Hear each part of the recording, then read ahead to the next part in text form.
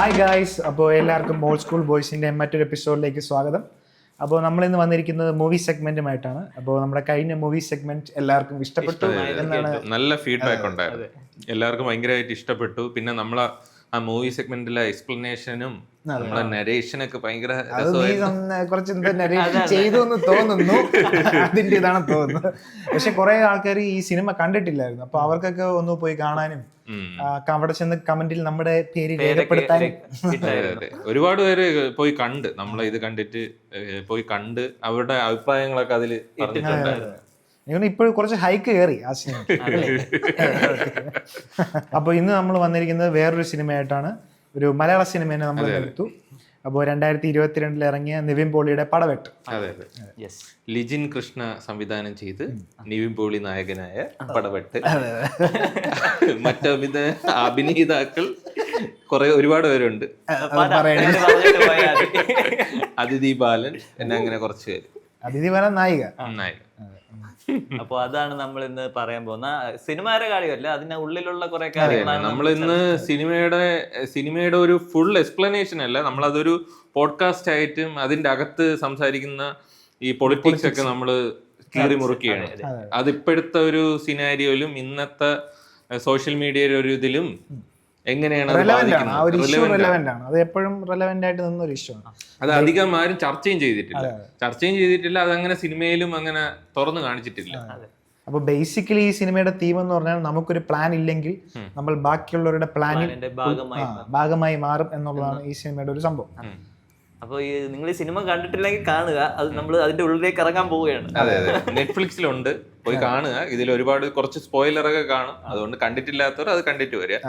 കാണാൻ താല്പര്യമില്ലാത്തവർ ഇത് കണ്ടിട്ട് നമ്മൾ കഥ പറയാൻ പോവുകയാണ്.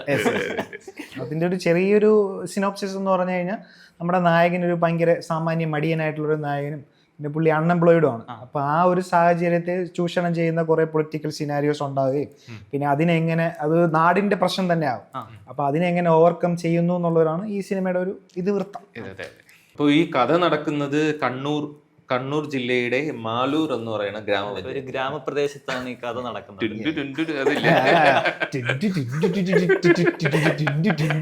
അവിടുത്തെ നാട്ടുകാരെന്ന് പറയുന്നത് കർഷകരാണ്. അതെ, അതൊരു സാധാരണ ഒരു വേൾഡാണ് അവർ ക്രിയേറ്റ് ചെയ്ത് വെച്ചിരിക്കുന്നത്. കർഷകരും സാധാരണക്കാര്, ഒരു സിറ്റി ബാക്ക്ഗ്രൗണ്ട് അല്ല, ഒരു ഗ്രാമീണ പ്രദേശം, പാവപ്പെട്ടവർ താമസിക്കുന്ന ഒരു സ്ഥലം. മിഡിൽ ക്ലാസ് ആയിട്ടുള്ള ആൾക്കാരും നമുക്കൊരു പഴയ സിനിമ കാണുമ്പോ എങ്ങനെയാണ് തോന്നുന്നത് ആ ഒരു ചുറ്റുപാടാണ്. പിന്നെ സൊസൈറ്റിയിൽ പാല് കൊടുക്കുക അങ്ങനത്തെ സെറ്റപ്പ് ഒക്കെ. ശരി, മിൽമ പാലൊന്നുമില്ല.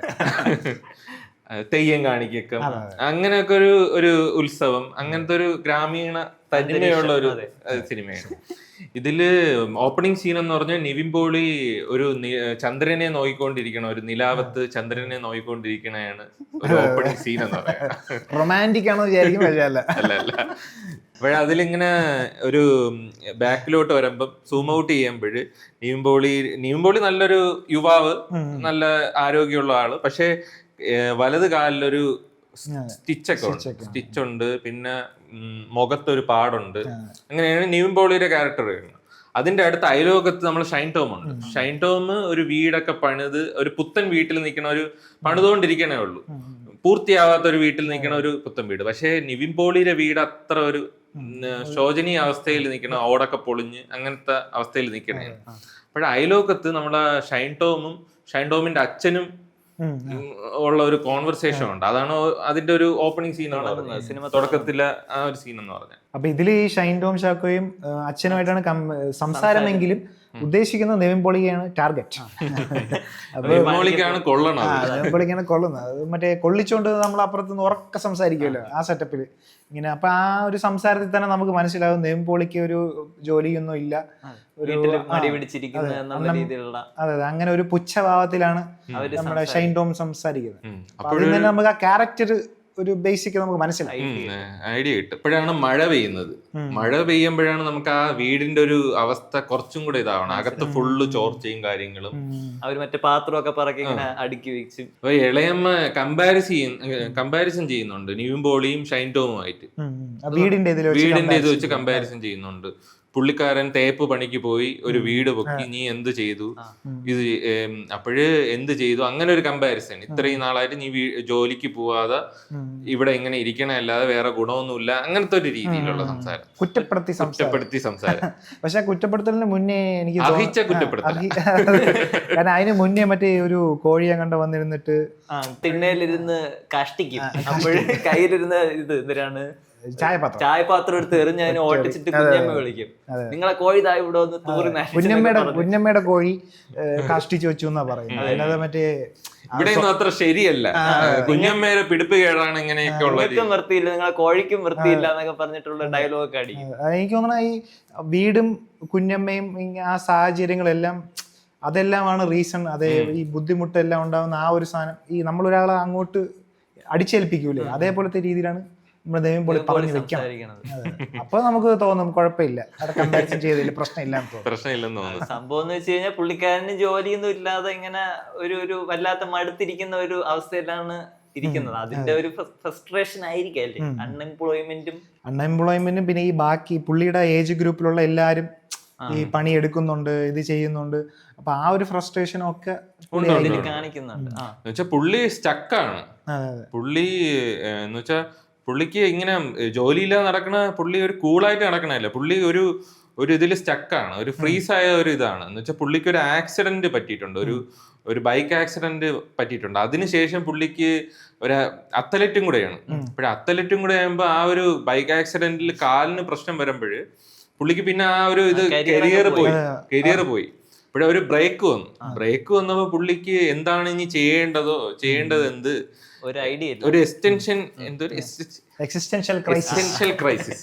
സോറി, ആക്ച്വലി ഇതില് നമുക്ക് ആദ്യം ഈ പുള്ളിക്ക് അങ്ങനെ പണിയെടുക്കാത്ത ഒരു മനുഷ്യനൊന്നും അല്ല, ഈ ഒരു പ്ലാൻസ് ഇങ്ങനെ മാറിപ്പോയപ്പോ അതിന്റെ ഒരു വിഷമോ അതിന്റെ ഒരു ഫ്രസ്ട്രേഷനും അതൊക്കെ ഈ കുഞ്ഞമ്മയോട് ബാക്കിയുള്ളവരുടെ മേലിലാണ് കാണിക്കുന്നത്.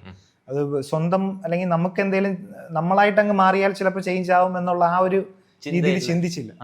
ആ രീതി ഇതൊരു ബാക്കിയുള്ളവരുടെ കുറ്റമാണെന്നുള്ള രീതിയിൽ അടിച്ചേൽപ്പിച്ച് മുന്നോട്ട് അടിച്ചേൽപ്പിക്കുന്നു. പിന്നെ ബാക്കിയുള്ളവർക്ക്, ഈ നാട്ടുകാർക്കൊന്നും ഈ ഒരു ഇതുണ്ട്, നീമ്പോളി ഒന്നും ചെയ്യാത്ത ഒരു ഇതാണ്, ഒരു അൺഎംപ്ലോയ്മെന്റ് ഒന്നും ഒരു ജോലിക്കും പോവാത്തൊരു ഇമേജ് ഉണ്ട്, അയലോകത്തും ഉണ്ട്, നാട്ടിലും ഉണ്ട്.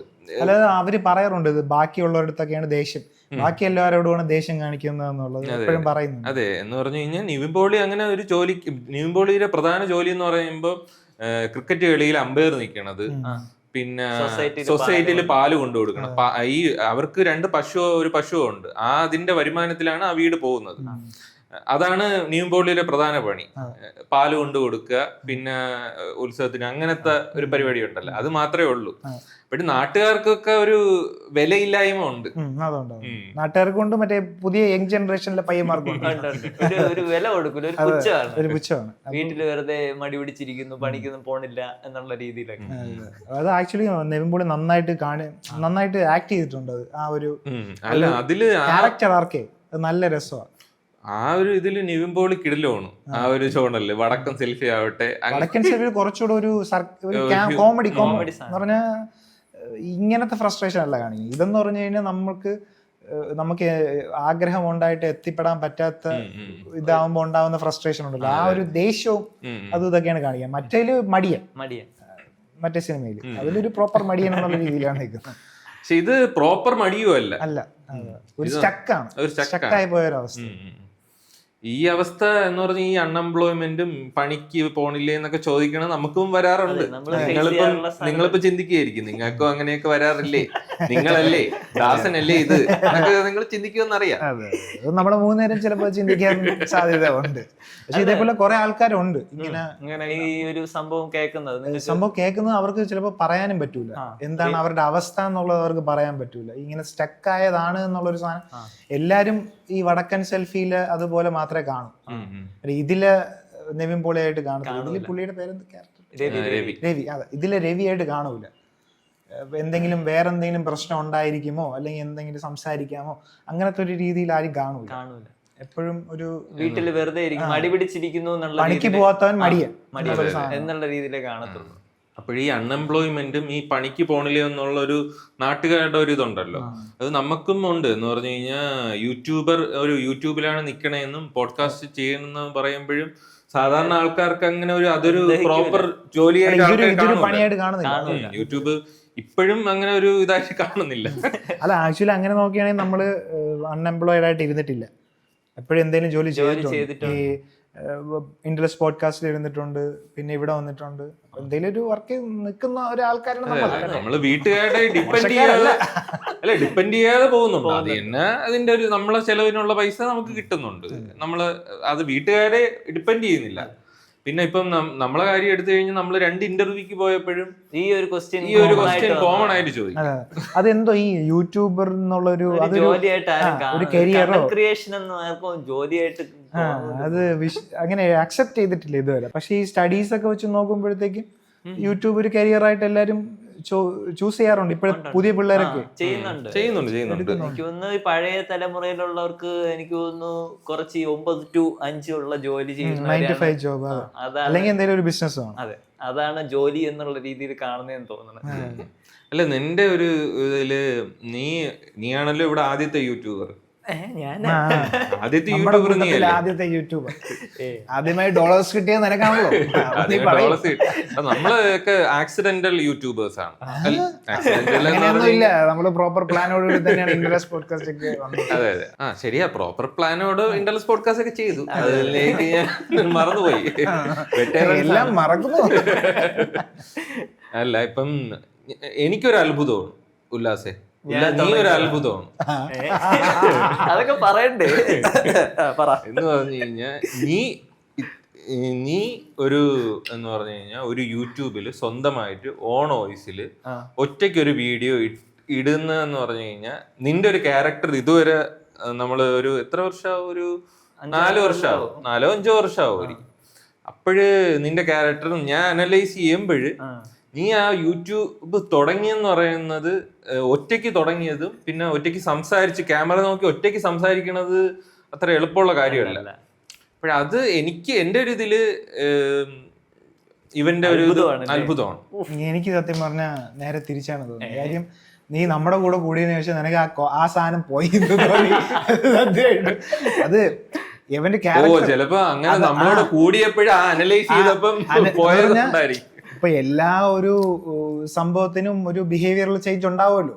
അപ്പൊ അങ്ങനെ ഒരു ചേഞ്ച് നിനക്ക് ഉണ്ടായതാണെന്ന് തോന്നുന്നു. നിനക്ക് പഴയ ആ ഒരു കോൺഫിഡൻസ് പോയി തോന്നുന്നു. ഇങ്ങനെ ഒറ്റയ്ക്ക് കോൺഫിഡൻസ് കൂടിയെന്നല്ലേ ഇവൻ പറയാറുള്ളൂ.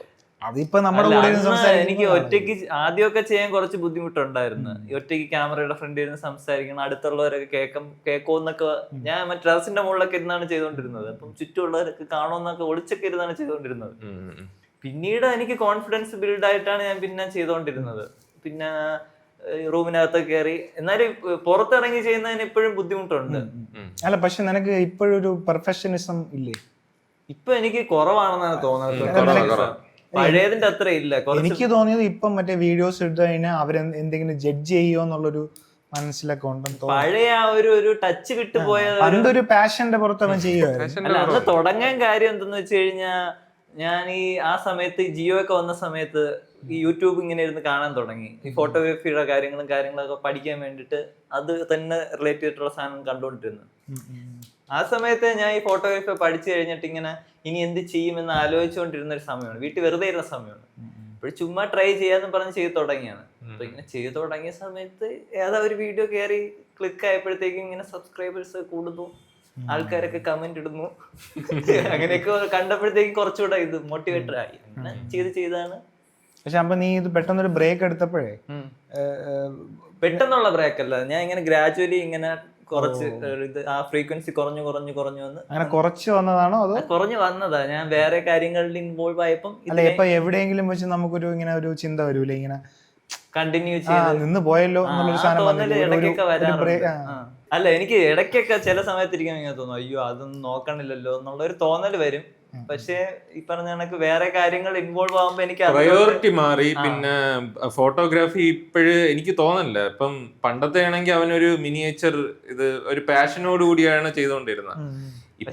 ഇപ്പോഴത്തെ ഒരു കാര്യത്തിൽ അങ്ങനെ ഒരു വീഡിയോ ഇതുവരെയ്ക്കും ഇടുന്നില്ല. എന്ന് പറഞ്ഞാൽ 2 വർഷം ആ വീഡിയോ ഇടണില്ല, ഫോട്ടോയും കുറഞ്ഞെന്ന് പറഞ്ഞു കഴിഞ്ഞാൽ നമ്മൾ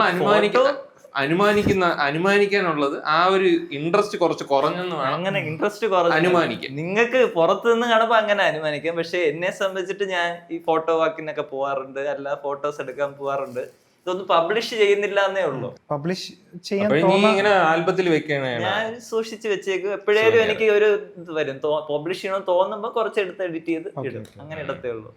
അപ്പൊ അതാണ് നിന്റെ ആ ഒരു ആഗ്രഹവും പാഷനും നിനക്കത് ഒരു മോണിറ്റൈസ് ചെയ്യണമെന്നില്ല, അങ്ങനെ ഒരു അംബീഷൻ ഇല്ല. പാഷനായിട്ട് എന്നെ കൊണ്ട് നടക്കാനുള്ള ഒരു ഇതാണ് ഇപ്പോഴുള്ളത്. നമ്മൾ എന്തിനാണ് ഇവിടെ വന്നത്? ഇപ്പം അൺഎംപ്ലോയ്മെന്റിന്റെ കാര്യം പറഞ്ഞത് ഈ യൂട്യൂബിന്റെ കരിയർ ആണല്ലോ, യൂട്യൂബിന്റെ അത് വഴിയാണ് നമ്മൾ ഇങ്ങോട്ട് വന്നത്. ഇപ്പം നമ്മൾ ആ കാര്യം എടുത്തു കഴിഞ്ഞു കഴിഞ്ഞാലും 2 ഇന്റർവ്യൂക്കും അത് എടുത്തു ചോദിച്ചു. അപ്പോഴേ അവര് ഇങ്ങനെ എടുത്തു ചോദിക്കണത് യൂട്യൂബിൽ മാത്രം നിന്ന് കഴിഞ്ഞു കഴിഞ്ഞാൽ എന്താവും എന്ന് വെച്ചാൽ, യൂട്യൂബ് നമ്മൾ കണ്ടിന്യൂ ചെയ്യണമെങ്കിൽ വേറൊരു സൈഡിലൊരു ജോലിയും കൂടെ വേണം. എന്നാലേ സൈഡിലൊരു ജോലി ഉണ്ടോ, അങ്ങനെയല്ലേ സേഫ്, അങ്ങനത്തെ രീതിയിലാണെന്ന് ചോദിക്കണം. അല്ല, അത് എനിക്ക് അവര് ചോദിക്കുന്നതിന് കാര്യം ഇതാണ് ഒരു ക്വസ്റ്റ്യൻ മാർക്കുള്ള സാധനമാണ്. ഇത്രയും ആൾക്കാരുള്ളപ്പോ ഇപ്പൊ അവരും യൂട്യൂബ് ഒക്കെ ചെയ്യുന്നവരാണല്ലോ, അപ്പൊ അവർക്കും അറിയാലോ ഇതിൽ എത്രയാണ് റവന്യൂ ജനറേറ്റ് ചെയ്യണെന്നുള്ളത്. അപ്പൊ ഇത്രയും ആൾക്കാരുള്ളപ്പോ എല്ലാരും കൂടെ എങ്ങനെയായിരിക്കും അവരിത് വരും, ഒരു ക്വസ്റ്റ്യൻ മാർക്ക് വരും. അത് മാത്രമല്ല, യൂട്യൂബ് എന്ന് പറയുന്നത് ഒരു ഇതല്ലല്ലോ, എപ്പോഴും സ്റ്റേബിൾ അല്ലാത്തൊരു സാധനമല്ലേ. ഒരു മാസം നമുക്ക് ചിലപ്പം കൂടുതൽ പൈസ വരും, അടുത്ത മാസം കുറഞ്ഞ പൈസ വരും, പറയാൻ പറ്റില്ല. റിസ്ക് ഉണ്ട്, പക്ഷെ അതിന്റെ ഒരു റിവാർഡും ഉണ്ട് ഇതിൽ. എന്ന് പറഞ്ഞു കഴിഞ്ഞാൽ നമ്മളിപ്പോ ഒരു ഹോബി ആയിട്ട് മാത്രമാണ് യൂട്യൂബിനെ അപ്രോച്ച് ചെയ്യണം, നമുക്ക് വേറൊരു ജോലി ഫുൾ ടൈം ആയിട്ടുണ്ട്, ഇതൊരു പാർട്ട് ടൈം ആയിട്ടാണ് നമ്മൾ കാണുന്നെങ്കിൽ ആ പാർട്ട് ടൈമിന്റെ ഒരു റിവാർഡ് മാത്രമേ കിട്ടുള്ളൂ. എന്ന് വെച്ചാൽ പാർട്ട് ടൈം ആയിട്ട് നമ്മൾ ചെയ്യണ ഒരു ജോലി ഫുൾ ടൈം ആയിട്ടുള്ള പൈസ കിട്ടണമെങ്കിൽ അത്രയും ലക്കും അത്രയും എന്തെങ്കിലും ഒരു വൺ ടൈം വണ്ടറോ അങ്ങനെ എന്തെങ്കിലും ആയിരിക്കണം. അതിലൊരു ഇപ്പം നമ്മൾ യൂട്യൂബിൽ ഇപ്പം മലയാളത്തിൽ ഏറ്റവും സക്സസ്ഫുള്ളും ഭയങ്കര പൈസയുള്ള ഒരാള് ഒരു ഫുൾ ടൈം ആയിട്ട് ഒരു ജോലി ആയിട്ട് പാർട്ട് ടൈം ആയിട്ട് യൂട്യൂബ് കൊണ്ടുപോയ ആള് നോക്കിക്കഴിഞ്ഞാൽ ഒരു 5 ആൾക്കാരെ എടുത്തു നോക്കിയാൽ എല്ലാരും ഫുൾ ടൈം ആയിട്ട് യൂട്യൂബ് ചെയ്തിട്ടുള്ളതാണ്. എന്താ അല്ല, ഇത് ഇങ്ങനെ പറഞ്ഞു ഇൻട്രസ്റ്റ് എല്ലാവരും പോലെ ഇങ്ങനെ. അല്ല, ഞാൻ ഇങ്ങനെ കുറച്ചേരം ഇങ്ങനെ ആലോചിച്ചു, മറ്റേ തലേന്ന് മാത്തമാറ്റിക്സ് ഇങ്ങനെ പോണ ഒരു മീമുണ്ടല്ലോ. അല്ലടാ, എന്റെ ഒരു സംശയമാണ് എന്ന് പറഞ്ഞു കഴിഞ്ഞാൽ, ഇപ്പം നമ്മളൊരു പ്ലാൻ ബി എപ്പോഴും സേഫ് ആയിരിക്കും, പക്ഷെ അതിനൊരു അഡ്വാൻറ്റേജ് എന്ന് പറഞ്ഞു കഴിഞ്ഞാൽ ഫുൾ ടൈം ആയിട്ട് ഒരു അപ്രോച്ച് ചെയ്യാൻ തോന്നൂല. മനസ്സിലായില്ലേ? ഇപ്പൊ നമ്മള് ഇപ്പം ഓൾഡ് സ്കൂൾ പണ്ടേ ഒരു 2023 സ്റ്റാർട്ട് ചെയ്തു, പക്ഷെ മാസത്തില് 2 വ്ളോഗൊക്കെ ഇട്ടിട്ടുള്ളൂ. അത് നമ്മൾ ഹോബി പോലെ ഒരു ചുമ്മാ ഒരു വ്ളോഗ്. അപ്പോഴ് ഇപ്പൊ നമ്മള് സീരിയസ് ആയിട്ട് അത് ഫുൾ ടൈം ആയിട്ട് നമ്മൾ 3 പേരും എടുത്തോണ്ടാണ് ഇപ്പോഴുള്ള മാറ്റം, ആ ഡിസംബർ തൊട്ടുള്ള ഒരു മാറ്റം വന്നത്. പിന്നെ നമ്മൾ ചെന്നൈയിൽ പോയതും. അതെ, പക്ഷേ എനിക്ക് ഈ പ്ലാൻ ബി ഉള്ളത് എപ്പോഴും നല്ലതായിട്ടാണ് തോന്നിയിട്ടുള്ളത്. അല്ല, ഞാൻ പറഞ്ഞത് യൂട്യൂബിനെ പ്ലാൻ ആക്കി വെക്കണം, ഇതിന്റെ കൂടെ സൈഡായിട്ട് ഒരു സാധനം കൂടെ ഉണ്ടെങ്കിൽ നല്ലതല്ലേ. കാര്യം യൂട്യൂബ് എന്ന് പറയുന്നത് ഒരു നമ്മള് ബാക്കിയുള്ള ഒരു കരിയർ വെച്ച് നോക്കുമ്പോൾ അതൊരു സ്റ്റേബിൾ ആയിട്ടുള്ള സാധനമല്ല. കാര്യം യൂട്യൂബില് ഇപ്പോ ഒരു പ്രൈം ടൈം എന്നൊക്കെ പറയാൻ ഒരു 5 വർഷമോ അല്ലെങ്കിൽ കൂടി പോയ ഒരു 3 വർഷമൊക്കെ തന്നെ, 5 വർഷം 3 വർഷമൊക്കെ തന്നെ ആയിരിക്കും ഉള്ളത്.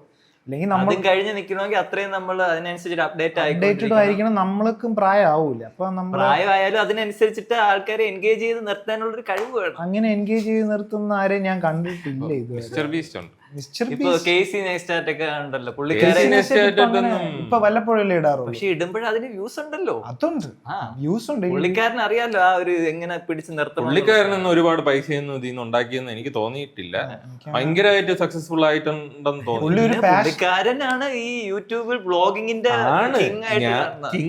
കിങ് ആയിട്ട് കണ്ടോട്ടെ. ഞാൻ പറഞ്ഞത് ബാക്കിയുള്ള യൂട്യൂബേഴ്സ് വെച്ച് കമ്പയർ ചെയ്യുമ്പോഴ് പുള്ളിക്കുള്ള ഫെയിമും കാര്യങ്ങളും പുള്ളി ചെയ്യണ ബ്ലോഗിന്റെ ക്വാളിറ്റിയും വെച്ചിട്ട് അത്ര മോണിറ്ററി ബെനിഫിറ്റ് ഉണ്ടാക്കിയിട്ടില്ല. ബാക്കിയുള്ള ഒരു വ്ളോഗറിനെ വെച്ച് നോക്കുമ്പോൾ കുറവായിരിക്കും എന്നാണ് എനിക്ക് തോന്നണം, പുള്ളി ഇടുന്ന ഫ്രീക്വൻസി വെച്ചിട്ട്. പിന്നെ ഈ യൂട്യൂബർ എന്ന് പറയുന്ന ഒരു സംഭവം ഇല്ലേ, ഒരു കരിയർ ആക്ച്വലി എനിക്കും അങ്ങനെ കരിയർ എന്നുള്ള രീതിയിൽ പറയാൻ പറ്റുമെന്ന് തോന്നുന്നില്ല. കാര്യം യൂട്യൂബിൽ നമ്മൾ ഇടുന്ന കണ്ടന്റ് ആണ് നമ്മുടെ കരിയർ. നമ്മൾ ഇടുന്ന ടൈപ്പ് ഓഫ് കണ്ടന്റ് അത് ഇപ്പം പാഷനേറ്റ് ആയിട്ട് ഇപ്പോൾ സ്ട്രീമറോ അങ്ങനത്തെ ഉള്ളവരാണെങ്കിൽ പാഷനേറ്റ് ആയിട്ടുള്ളവരൊക്കെ ആണെങ്കിൽ ഇപ്പം ആൾക്കാർക്ക് കാണാനും ഇഷ്ടമൊക്കെ ആണെങ്കിൽ അവർക്ക് ഇട്ടുകൊണ്ടിരിക്കുക. അത് ഇപ്പം പൈസയോ അല്ലെങ്കിൽ എത്ര വ്യൂവേഴ്സ് അതൊന്നും നോക്കേണ്ട ആവശ്യമില്ല, അത് ഇട്ടുകൊണ്ടിരിക്കാൻ പറ്റും. ഇപ്പോൾ നീ പറഞ്ഞ മിസ്റ്റർ ബീസ്റ്റ് ഒക്കെ ആണെങ്കിൽ ആ ഒരു പ്രോപ്പർ അൽഗോറിതം വെച്ച് കളിക്കുന്ന ആൾക്കാരാണ്. അല്ലടാ ഇപ്പൊ ഞാൻ പറയാൻ ഉദ്ദേശിച്ചെന്ന് പറഞ്ഞു കഴിഞ്ഞാൽ ഇപ്പം ഫുൾ ടൈമും പാർട്ട് ടൈമും ആയിട്ടുള്ളത് എന്ന് വെച്ചാൽ നമുക്കൊരു ജോലിയുണ്ട്, ഒരു ഫുൾ ടൈം ആയിട്ട് ഒരു ജോലിയുണ്ട്, യൂട്യൂബ് സൈഡായിട്ട് കാണുക, അതാണ് എപ്പോഴും നല്ലത് എന്ന് പറഞ്ഞു കഴിഞ്ഞാൽ അത്രയേ ഉള്ളൂ. അത്രയും അത് ലിമിറ്റഡ് ആയിരിക്കും എന്നാണ് ഞാൻ പറഞ്ഞത്. സക്സസ് ലിമിറ്റഡ് ആയിരിക്കും എന്നാണ് ഞാൻ പറഞ്ഞത്. ഇപ്പൊ നമുക്ക് 3 പേർക്ക് സപ്പോസ് ഒരു ഫുൾ ടൈം ജോലി ഉണ്ടെന്ന് വെച്ചോ, എങ്ങനെയായിരിക്കും ഇതിനെ ഒരു വരാൻ അത്രയ്ക്ക് ടൈം കാണുമോ? ഇങ്ങനെ ഇതേപോലെ പോവാൻ ചാൻസ് വളരെ കുറവാണ്. അല്ല ഞാൻ പറയണ യൂട്യൂബ് ഫസ്റ്റ് ആയിട്ട് കാണണം, പക്ഷെ സെക്കൻഡ് ആയിട്ട് ഒരു സാധനവും കൂടെ വെക്കണം എന്നാണ് ഞാൻ പറഞ്ഞത്. പാർട്ട് ടൈം ആയിട്ട് യൂട്യൂബ് ഫുൾ ടൈമും വേറൊരെണ്ണം ഒരു ബാക്കപ്പ് അല്ല, പാർട്ട് ടൈം ആയിട്ട് ഒരു സാധനം കൂടെ വെച്ചേക്കണം എന്നാണ് ഞാൻ പറഞ്ഞത്. അതാണ് ഇപ്പൊ നിന്റെ കാര്യം എടുത്ത് നോക്കി കഴിഞ്ഞു കഴിഞ്ഞാൽ ഇപ്പൊ നിനക്ക് വേണമെങ്കിൽ യൂട്യൂബ് ഫെയിലായ നിനക്ക് എഡിറ്റിങ്ങും ഫോട്ടോഷോപ്പും ഉണ്ട്. അതല്ലടാ ഇപ്പൊ ചില ആൾക്കാർ ഇപ്പം വണ്ടി ഓടിക്കുന്നത് മാത്രമായിരിക്കും അവര് വീഡിയോ ഇടുന്നത്. പക്ഷെ നമ്മളിവിടെ ആക്ച്വലി യൂട്യൂബിൽ കൂടെ നമ്മൾ സെല് ചെയ്യുന്നത് നമ്മുടെ പേഴ്സണാലിറ്റിയാണ്. അതിലാണ് ആൾക്കാർക്ക് ചിലപ്പം ഇഷ്ടപ്പെടുന്നതും ചിലപ്പം ഇഷ്ടപ്പെടാതിരിക്കും. നമ്മളെങ്ങനെ ഒരു സാധനം പ്രസന്റ് ചെയ്യുന്നു എന്നുള്ളത് നമ്മുടെ ഒരു നമുക്ക് എന്തെങ്കിലും ഒരു യുണീക്ക് ഫാക്ടർ കാണും, അതായിരിക്കും എപ്പോഴെങ്കിലും അതായിരിക്കും കത്തിക്കണം. ചിലപ്പം കണക്ട് ആവേയില്ല, ചിലപ്പോൾ അത് ഫെയിലായി പോവുകയും ചെയ്യും. നമുക്കൊരു സംഭവം ഒരു യുണീക്ക് ഫാക്ടർ ഉണ്ടെങ്കിൽ ഇപ്പൊ ഇട്ടുകൊണ്ടിരിക്കുമ്പോ ഏതെങ്കിലും ടൈപ്പിൽ ഒരു യുണീക്ക് ഫാക്ടറോ അത് അവർക്ക് ഇഷ്ടപ്പെട്ടെങ്കിൽ അത് ഇങ്ങനെ കയറിപ്പോവും. ചിലപ്പം ചിലവർ അത് ട്രൈ ചെയ്യുമ്പോൾ ആ ഒരു സംഭവം എക്സ് ഫാക്ടർ കാണൂല, നമുക്ക് അങ്ങനെ ക്ലിക്ക് ആവൂല, അത് താഴോട്ട് പോകും. അതെ, അല്ലെ ചിലരിപ്പോ ഈ കണ്ടന്റ് മാത്രം വെച്ച് പോകണമെന്നുണ്ടെങ്കിൽ ചിലപ്പോൾ വൺ ടൈം വണ്ടർ പോലെ ആ ഒരു സമയത്ത് അത് മാത്രം പോകും. പിന്നെ ആ ഒരു പേഴ്സണിനെ വെച്ചിട്ടായിരിക്കും കൂടുതൽ പ്രൊലോങ്ഡ് ആയിട്ട് പോകണമെങ്കിൽ ആ ഒരു പേഴ്സന്റെ പേഴ്സണാലിറ്റി അനുസരിച്ചിരിക്കും. അതെനിക്ക് തോന്നിയിട്ടുണ്ട്. ഇപ്പൊ ഞാൻ ഒരു സെക്കൻഡ് ഒരു സാധനവും കൂടെ വേണോന്ന് പറഞ്ഞതിന് കാര്യം എന്തെന്നാ, ഇപ്പൊ നമ്മുടെ പഴയ പോഡ്കാസ്റ്റ് പെട്ടെന്ന് നിർത്തിയല്ല, അപ്പൊ ആ സമയത്ത് നമ്മൾ ഒരു അനിശ്ചിതാവസ്ഥ അങ്ങനെ ഒരു സാധനം വന്നല്ലോ, ഇനി എന്ത് ചെയ്യും എന്നുള്ള രീതിയിലുള്ളത്. ആ ഒരു ഇത് വരാതിരിക്കാൻ വേണ്ടിട്ട് നമ്മൾ അങ്ങനെ ഒരു സാധനം വേറെ ഒരെണ്ണം ഉണ്ടെങ്കിൽ നമുക്ക് ആ ഒരു സംഭവം വരൂലായിരുന്നു. എന്നുവെച്ചാ വേറെ ഒരെണ്ണം എന്നുവെച്ചാൽ അതൊരു യൂട്യൂബ് ഒരു ഷോ ആണല്ലോ, നമുക്ക് എന്നുവെച്ചാൽ നമ്മൾ കാണുമല്ലോ. അത് നമ്മുടെ ഒരു എന്ന് പറഞ്ഞു കഴിഞ്ഞാൽ അത് നിർത്തി എന്ന് പറഞ്ഞാൽ അത് എന്റെ അല്ലല്ലോ, നമുക്ക് വേണമെങ്കിൽ എന്തെങ്കിലും ചെയ്യാന്നുള്ള ഒരു ഓപ്ഷനും ഉണ്ട്. അതുകൊണ്ടാണല്ലോ നമ്മൾ ഇവിടെ വന്നിരിക്കുന്നത്. ഓപ്ഷൻ ഉണ്ടല്ലോ. പക്ഷെ അന്നൊരു സംഭവം വന്നല്ലോ. പറഞ്ഞ നിങ്ങൾ തമ്മിലുള്ള വന്നല്ലോ ചെയ്തല്ലോ കേൾക്കാൻ നല്ല രസമുണ്ട്. അല്ല നമ്മൾ എങ്ങനെയാണ് ഇവിടെ ഇത് നമ്മള് സിനിമയിൽ നിന്ന് ഭയങ്കരമായിട്ട് അല്ലെ നമ്മൾ ഈ കരിയർ യൂട്യൂബ് ഇതുവരെ ആരും കരിയറായി കണ്ടില്ല എന്നുള്ള സംഭവം, അൺഎംപ്ലോയ്മെന്റ് എന്നുള്ള രീതിയിൽ ആൾക്കാർ കാണുന്നു എന്ന് വന്ന സാധനം പറഞ്ഞപ്പോഴാണ് നമ്മൾ ഉള്ളിലേക്ക് ഇറങ്ങിയത്. ഇപ്പൊ യൂട്യൂബും ഒരു കരിയറായിട്ട് കാണണം എന്നാണ്. അല്ല യൂട്യൂബിൽ ഇപ്പൊ ഏൺ ചെയ്യുന്നുണ്ടെങ്കിൽ അതും ഒരു ഏണിംഗ് ആണല്ലോ, കൊച്ചാക്കി കാണാൻ പാടില്ലല്ലോ. അതാണ്. അപ്പോഴേ യൂട്യൂബും ഒരു കരിയർ ആണ്, നമ്മൾ അൺഎംപ്ലോയിഡ് അല്ല എന്നാണ് നമ്മൾ പറഞ്ഞു വന്നത്. അൺഎംപ്ലോയ്മെന്റിന്റെ കാര്യമാണ് നമ്മൾ പറഞ്ഞുകൊണ്ടിരുന്നത്. ഒരുപാട് നമ്മൾ കയറിപ്പോയി, കുറച്ച് അൺഎംപ്ലോയിഡ് ആയിട്ടുള്ള പേഴ്സൺസ് ആയിട്ട്. അപ്പോ ഈ ഒരു സംഭവം അൺഎംപ്ലോയ്മെന്റ് ആയിട്ട് ജോലി ഇല്ലാതെ നിൽക്കുന്നവർ ഈ ഒരു സാധനം എപ്പോഴും നേരിടുന്ന സാധനം തന്നെ. മക്കളെ ജോലിയൊന്നും ആയില്ലേ, എന്ത് ചെയ്യുന്നു എന്നുള്ള ഒരു ക്വസ്റ്റ്യൻ എപ്പോഴും നേരിടുന്ന സാധനം തന്നെയാണ്. ഇപ്പം ഈ സിനിമയിലെ ഇതിൽ നോക്കുമ്പോൾ, സിനിമയുടെ പെർസ്പെക്റ്റീവിൽ നോക്കുമ്പോൾ ഇങ്ങനത്തെ ഈ രീതിയിൽ ഫേസ് ചെയ്യുന്ന ആൾക്കാരുണ്ടല്ലോ, നമുക്ക് എന്തുകൊണ്ടാണ് അൺഎംപ്ലോയിഡ് അല്ല എന്തുകൊണ്ടാണ് ജോലിക്ക് പോകാൻ പറ്റാത്തതെന്ന് പറയാൻ പറ്റാത്ത, അല്ലെങ്കിൽ അത് എക്സ്പ്രസ് ചെയ്താലും ആൾക്കാർക്ക് മനസ്സിലാവില്ല. അപ്പൊ അങ്ങനത്തെ അതാണ് കുറച്ച് പെയിൻഫുൾ ബുദ്ധിമുട്ടെന്നാണ് എനിക്ക് തോന്നിയിട്ടുള്ളത്.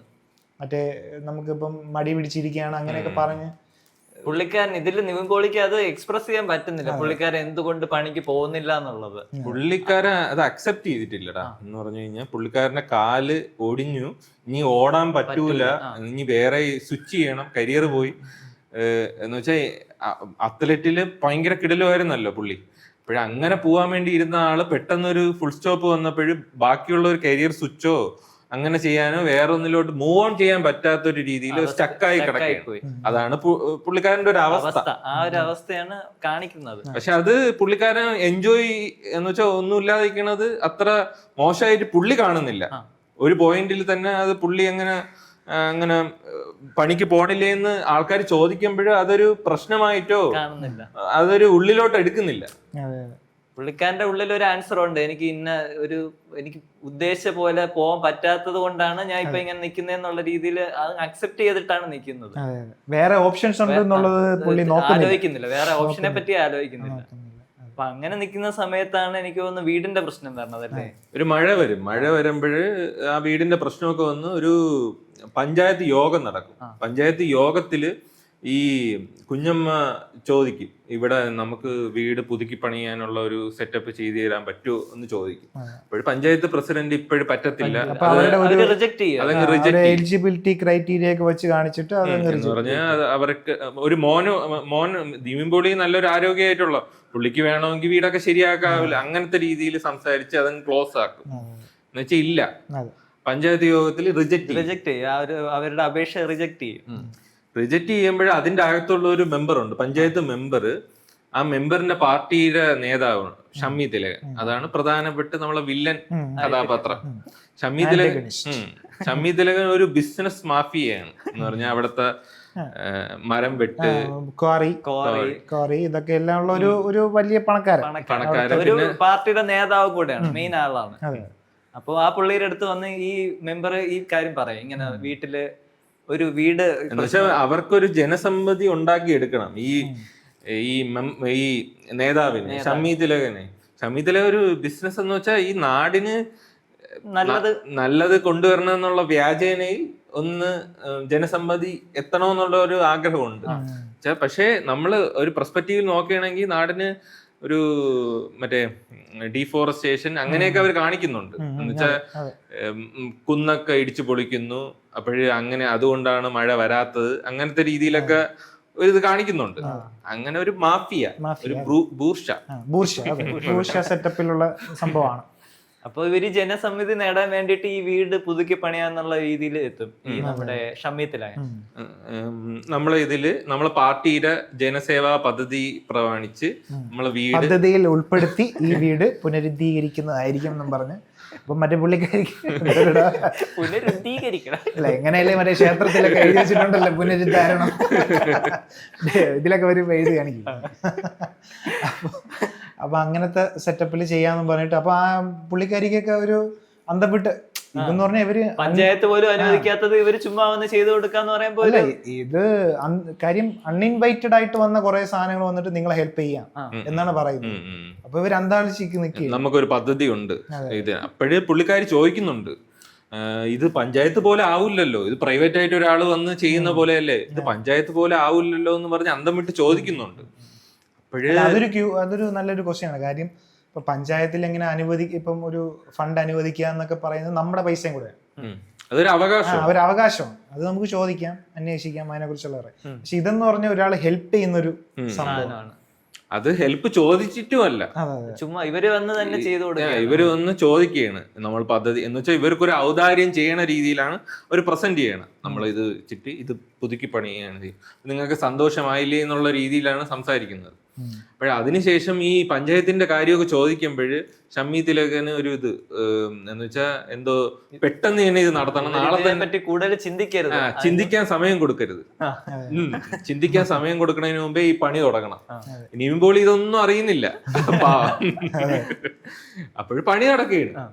അടുത്ത ദിവസം തന്നെ ലോറിയിൽ കുറെ ആൾക്കാർ വന്ന് വീടൊക്കെ പണിത് സെറ്റാക്കി കൊടുക്കും. ഇത് പക്ഷെ ആക്ച്വലി നമ്മൾ ഈ കുഞ്ഞമ്മേനെ കുറ്റമൊന്നും പറയാൻ പറ്റില്ല. കാര്യം കുഞ്ഞമ്മയുടെ പെർസ്പെക്റ്റീവിൽ നോക്കുമ്പോൾ കുഞ്ഞമ്മയാണ് ആ വീട്ടിൽ നിൽക്കുന്നത്.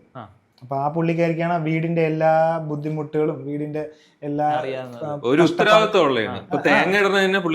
അപ്പൊ കഷ്ടപ്പാടുകളെല്ലാം അറിയാന്നുള്ള പുള്ളിക്കാരി. അവരെ സംബന്ധിച്ചിട്ട് ആ സമയത്ത് അതൊരു ഹെൽപ്പ് തന്നെയാണ്. കാര്യം നിവിൻപോളിക്ക് ഇതൊന്നും ചിലപ്പോൾ അറിഞ്ഞൂടെ, നിവിൻപോളിക്ക് ആദർശമൊക്കെ പറഞ്ഞുകൊണ്ടിരിക്കാൻ പറ്റും, പക്ഷെ പുള്ളിക്കാരിക്ക് അത് പറ്റൂല. കാര്യം പുള്ളിക്കാരിയാണ് അനുഭവിക്കുന്നത്. അപ്പൊ അതുകൊണ്ടാണ് അവരത് പറയുന്നത്. നമുക്ക് ചിലപ്പോൾ അങ്ങനെ തോന്നും, ദേഷ്യം തോന്നുമായിരിക്കും, പക്ഷെ അതാണ് റൈറ്റ്. പക്ഷെ ഇതില് ഉള്ളതെന്ന് പറഞ്ഞാൽ ഈ വീട് പണിയുമ്പോഴ് പെയിന്റ് അടിച്ചിട്ട് ബാക്ക് മാത്രം ഒന്നും ചെയ്യാതെ ഫ്രണ്ട് മാത്രം പെണ്ണ് മാത്രം കാണുന്ന ഭാഗം മാത്രം ചെയ്യും. മോഡിയിൽ ചെയ്തു കൊടുക്കും. നല്ല മോഡിൽ ചെയ്യും. പിന്നെ അതിനുശേഷം ഇവര് ഫ്രണ്ടിൽ ഒരു പലകവും കൂടെ വെക്കും. അതെ. അതാണ് ഈ സിനിമയുടെ ഒരു ഹൈലൈറ്റ്. നേതാവ് കുഞ്ഞാലി വക കോരോത്ത് വീട് എന്ന് വെച്ചാൽ സ്പോൺസേർഡ് ബൈ കുയ്യാലി. അതാണ് ഈ വീട് സ്പോൺസർ ചെയ്യുന്നുള്ള രീതിയിൽ വരുന്ന വഴിയിൽ തന്നെ ഒരു വലിയൊരു സാധനം. അത് നമ്മുടെ മറ്റേ ഇപ്പം ബസ് സ്റ്റാൻഡിലും അല്ലെങ്കിൽ നമ്മൾ റോഡ് ഉണ്ടാക്കുമ്പോൾ 3-4 പേര് വെക്കും. അവരെല്ലാരും ഉണ്ടാക്കിയെന്നുള്ളതാണ്. ഹൈമാസ് ലൈറ്റ് ഒക്കെ വെച്ചിട്ട് എഴുതി വെക്കും. ഹൈമാസ് ലൈറ്റിനെക്കാട്ടും വലിയ രീതിയിലായിരിക്കും അതേപോലെ ഒരു സാധനമാണ് വീടിന്റെ ഫ്രണ്ടിലും വെക്കുന്നത്. അപ്പൊ അത് കാണുമ്പോഴേ നമ്മുടെ നിവിൻ പോളിക്ക് ഒരു ഇതുണ്ട്. അത് സ്വന്തം വീട് വേറൊരാൾ വക ഉണ്ടാക്കി എന്നൊക്കെ പറയുമ്പോൾ ഒരു എന്തോ പോലെ ഒരു ദേഷ്യം മുഖത്തൊരുമാതിരി ഇരിക്കണം. പക്ഷെ പുള്ളിക്കാരന് അത് വോയിസ് ഇല്ല.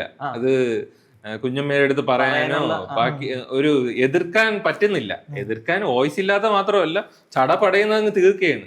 നമുക്ക് കാണുമ്പോൾ തന്നെ, സിനിമ കാണുമ്പോൾ തന്നെ അറിയാം, ഒരു പാട്ടിലൂടെ തന്നെ അത്രയും ഫാസ്റ്റ് ആയിട്ടാണ് അവർ ചെയ്ത് തീർക്കണം. ഒന്നും തടയാനോ ഒന്നും പറ്റണ സ്ഥിതിയല്ല. ഈ ബലവും കൂടെ വന്നു കഴിഞ്ഞപ്പോഴത്തേക്കും നാട്ടിലൊരു സംസാരം തുടങ്ങുമല്ലേ. നാട്ടിലെ സംസാരം ഈ പഞ്ചായത്ത് പ്രസിഡന്റാണ് ഇടുന്നത് തന്നെ. ആദ്യം തുടക്കം ഇടുന്നത് അത് എതിർ പാർട്ടിക്കാർ. കാര്യം ഇതൊരു മറ്റൊരു പാർട്ടി വളരുന്നതും കൂടെ ആണല്ലോ. അപ്പൊ ഈ പാർട്ടിക്കാർ എന്തായാലും അത് ഒപ്രസ് ചെയ്യാൻ നോക്കും, ഓരോരോ എന്തെങ്കിലും ഒരു സാധനങ്ങൾ നോക്കും. അപ്പം ഇത് കണ്ടപ്പോ ഇവർക്ക് ഇത് തന്നെയാണ്. ഇപ്പം എതിർ പാർട്ടിക്കാര് ഒരു സമ്മേളനമല്ല, ഒരു പരിപാടിക്കിടയിൽ ഇങ്ങനെ പറയും, വീട്ടിൽ ഇത്ര തണ്ടും തടിയുള്ള ഒരാൾ ഉള്ള വീട്ടിൽ തന്നെ ചുമ്മാ ഒരു പഞ്ചായത്തിന്റെ ഒരു സഹായം അല്ലാത്ത ഒരു പ്രൈവറ്റ് രീതിയിൽ സഹായം കൊടുക്കുന്നു. ഒരു ഉളുപ്പും ഇല്ലാതെ അത് വാങ്ങി, അങ്ങനത്തെ രീതിയിലാണ് പറയുന്നത്. ഉളുപ്പില്ലാതെ വാങ്ങി എന്നുള്ളതാണ് അവിടെ മെയിൻ ആയിട്ട് ഇത് ഉള്ളത്. എന്ന് വെച്ചാൽ നിവിൻ പോളിക്ക് ജോലിയും ചെയ്യാതെ അത് ഉളുപ്പില്ലാതെ വാങ്ങി, ആ സൗജന്യം വാങ്ങി എന്നുള്ള രീതിയിൽ ഒരു നാണക്കെട്ട രീതിയിൽ നാട്ടില് ഫുൾ എല്ലാരും. അപ്പോഴും നിവിൻ പോളി എല്ലാം ഫോക്കസ് ചെയ്യും. നിവിൻ പോളി പബ്ലിക്കലി ഇൻസൾട്ട് ആവും. പക്ഷെ അത് ആ പാർട്ടിക്കാരുടെയും കൂടെ പ്രശ്നമില്ലേ? അതായത് ഇപ്പം ഈ ആവശ്യമുള്ളവർക്ക് സഹായം കൊടുക്കാത്തതിന്റെ പ്രശ്നമാണ്. പിന്നെ ഈ ഇൻസൾട്ട് ചെയ്യുന്നതുണ്ടല്ലോ, ആ ഇൻസൾട്ട് ചെയ്യുന്ന പ്രോസസ്സും നമ്മളത് നോക്കേണ്ടതാണ്. കാര്യം ആ ഒരു പൊളിറ്റിക്കൽ സ്ട്രാറ്റജി ആണെന്ന് മനസ്സിലാക്കി അത് തുറന്നു കാണിക്കാതെ ഈ വാങ്ങിച്ച ആളിനെ മാത്രം ഇൻസൾട്ട് ചെയ്യുന്ന ഒരു രീതി, അത് മോശമാണ്. അത് ആ പാർട്ടിയുടെ ഇതെന്ന് പറഞ്ഞാൽ അവർ ആ എതിർ പാർട്ടിയും രാഷ്ട്രീയപരമായിട്ടല്ല വിമർശിക്കണം. കുറച്ചും കൂടെ ആൾക്കാരുടെ എന്ന് വെച്ചാൽ അത് വാങ്ങിയ ആളിനെയാണ് കൂടുതൽ ഉളുപ്പില്ല അങ്ങനെ വാങ്ങിയെന്നുള്ള രീതിയാണ് പറയുന്നത്. അത് ഇൻസൾട്ടഡ് ആവും. അത് ഭയങ്കര സിനിമയിൽ തന്നെ നമുക്ക് വിഷമം തോന്നും. അല്ല, അതാണ് തുടങ്ങിയിട്ട് പിന്നെ നാട്ടുകാർ മുഴുവൻ ഏറ്റുപിടിച്ച ആ ഒരു വക രവി എന്നുള്ളത് ആ നാട്ടിലൊരു പോപ്പുലർ നെയിമായി മാറി.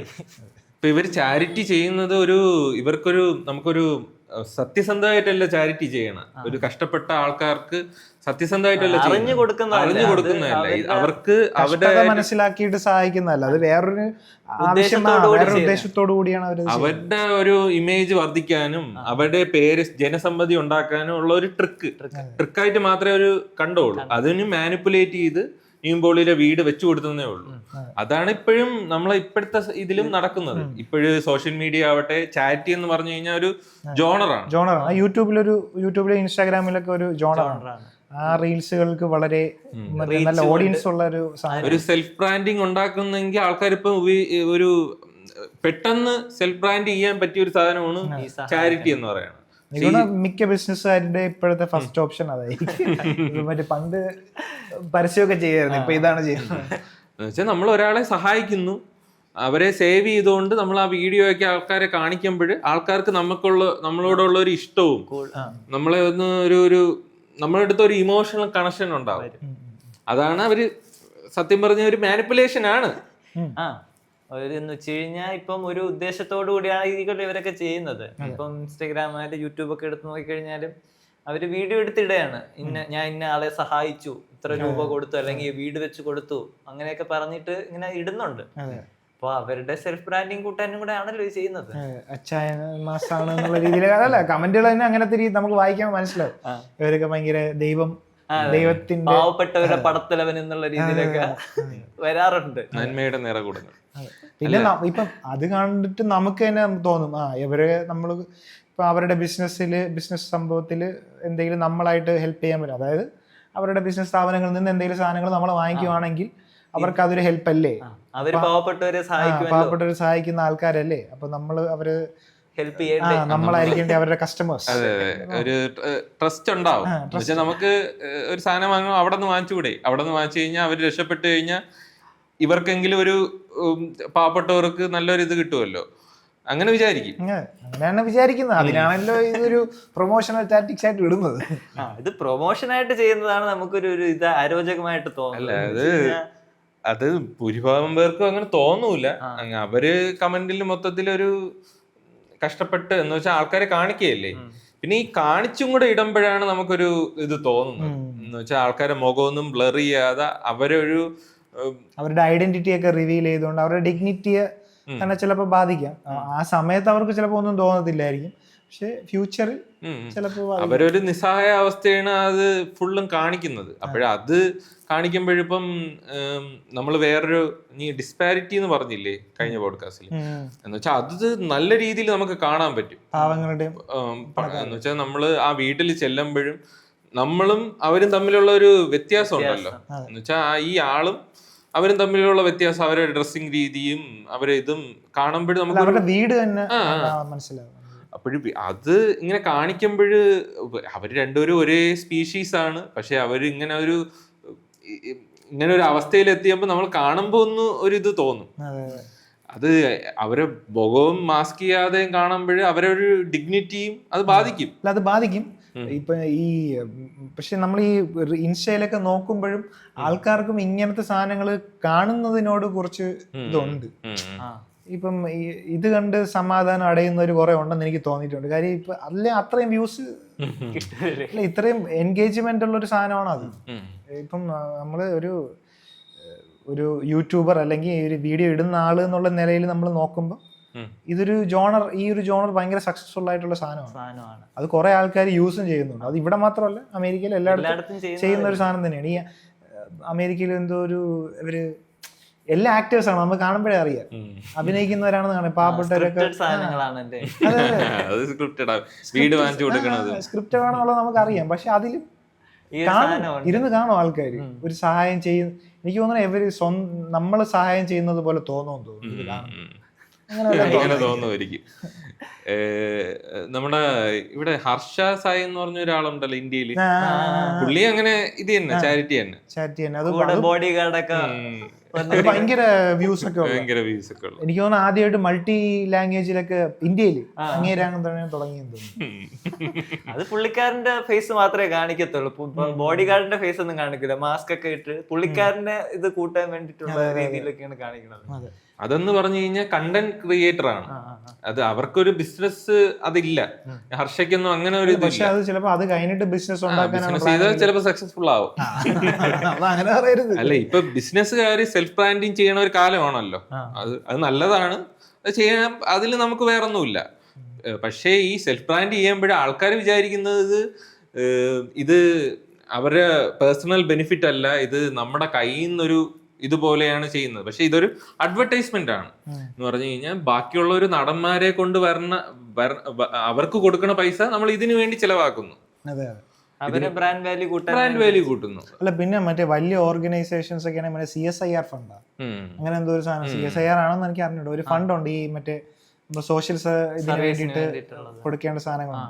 അപ്പൊ അതൊക്കെ ചിലവർ ഇങ്ങനെ ചെയ്യുന്നത് അവർക്ക് ടാക്സ് ബെനിഫിറ്റ് അങ്ങനെ കൊടുക്കണമെന്നുണ്ട്. അപ്പൊ അതൊക്കെ ചില ആൾക്കാർ ചെയ്യുന്നത് ഇങ്ങനെ ഈ ഗീവ് അവേ അല്ലെങ്കിൽ ഇങ്ങനത്തെ വേറൊരു വേർഡുണ്ടല്ലോ ചാരിറ്റി. അതെ, ആ ചാരിറ്റി ഒക്കെ ചെയ്യുന്നത് ഈ സംഭവമാണ്. ഈ ഫണ്ട് നമ്മൾ അല്ലാണ്ട് തന്നെ കൊടുക്കേണ്ടതാണ്. പക്ഷെ അവര് ഇങ്ങനെ മാനിപ്പുലേറ്റ് ചെയ്യപ്പോൾ ആൾക്കാരെ കണ്ണിൽ പൊടിയിട്ടുകൊണ്ട് ചിലപ്പോൾ കൊടുക്കാറുണ്ട്. അതിനൊക്കെ കേസും ആയിട്ടുണ്ട് കുറെ. അല്ല, പിന്നെ വേറൊന്നും ബിസിനസ് മാത്രമായിരിക്കില്ല, പിന്നെ നമ്മുടെ ഒരു നാസിസ്റ്റ് സ്വഭാവം കൂടെ ഉണ്ടല്ലോ. എന്ന് പറഞ്ഞു കഴിഞ്ഞാൽ നമ്മള് ഇങ്ങനെ കാണണം, നമ്മളെ ഒരു മഹാനായിട്ട് കാണണമെന്നൊരു ചിന്തയും കാണും. പിന്നെ അങ്ങനെ പെടുന്നവരും ഉണ്ട്. അതായത് 2-3 മറ്റേ ഇങ്ങനത്തെ വീഡിയോസ് ഇടും. അത് പിന്നെ ഇതിട്ടാലേ ഓട്ടമുള്ളൂ, വേറെ ഒന്നും ചെയ്യാൻ പറ്റില്ല. ഒരു ട്രാപ്പ്, ഒരു കണ്ടന്റ് ക്രിയേറ്ററിന് ഇത് ചെയ്തോണ്ടേ ഇരിക്കണം. അല്ല, ഇങ്ങനെ ചെയ്ത് കഴിയുമ്പോ സ്വാഭാവികമായിട്ടും ഇങ്ങനെ ആവശ്യം ഈ കഷ്ടപ്പാട് അനുഭവിക്കുന്നവർ ഇവരെ അപ്രോച്ച് ചെയ്യും. അപ്പൊ ഇത് കണ്ടിന്യൂസ് ആയിട്ട് ഇങ്ങനെ ചെയ്തുകൊണ്ടിരിക്കാനുള്ളൊരു മൈൻഡും കൂടെ വേണം അവർക്ക്. മൈൻഡും വേണമെന്നല്ല, അതിനൊരു പ്രോപ്പർ പ്ലാൻ വേണം. ഇപ്പം ഇങ്ങനെയാണ് ഉദ്ദേശിക്കുന്നതെങ്കിൽ അതിനൊരു പ്ലാൻ വേണം. അല്ലെങ്കിൽ ആൾക്കാർ ഇങ്ങനെ പിന്നീട് നമ്മളിങ്ങനെ കാണും, ഇവര് ഹെൽപ്പ് ചെയ്യേണ്ടവരാണല്ലോ, ഇവരെന്തിനാ സന്തോഷിച്ച് നടക്കണേ, അങ്ങനത്തെ ഒരു സാധനമുണ്ട്. നിങ്ങൾ എന്തിനാ അടിച്ചു പൊളിച്ച് നടക്കണേ, നിങ്ങൾ ഹെൽപ്പ് ചെയ്താൽ പോലെ. അല്ല, ആൾക്കാരുടെ ഒരു മെന്റാലിറ്റി ഉണ്ട്. ഇപ്പം ഒരു സെലിബ്രിറ്റി അങ്ങനെ ഒരു ബെൻസോ ഒരു വലിയ ഇത് കാർ എടുത്ത് ഇത്രയും പൈസ ചെലവാക്കണ എന്തിനാണ്, പാവപ്പെട്ടവർക്ക് കൊടുത്തുകൂടെ, എത്ര പേര് ഇതായിട്ട് കിടക്കണം, അങ്ങനെ ഒരു സാധനം ഉണ്ട്. അതാണ് ഇങ്ങനത്തെ ഉള്ള ആൾക്കാരും അവർക്കാണ് ഈ ഒരു കണ്ടന്റ് കാണുമ്പോഴും ഒരു സായുജ്യയുടെ, മനസ്സിലായില്ലേ എന്ന് പറഞ്ഞ ഒരു ഉള്ളിന്റെ അകത്തൊരു സന്തോഷം. അല്ല, ഈ ചാരിറ്റി എന്ന് പറയുമ്പോഴത്തേക്കും നമുക്ക് കൊടുക്കുന്ന ആൾക്കാണ് സന്തോഷം വരേണ്ട സാധനമാണ്.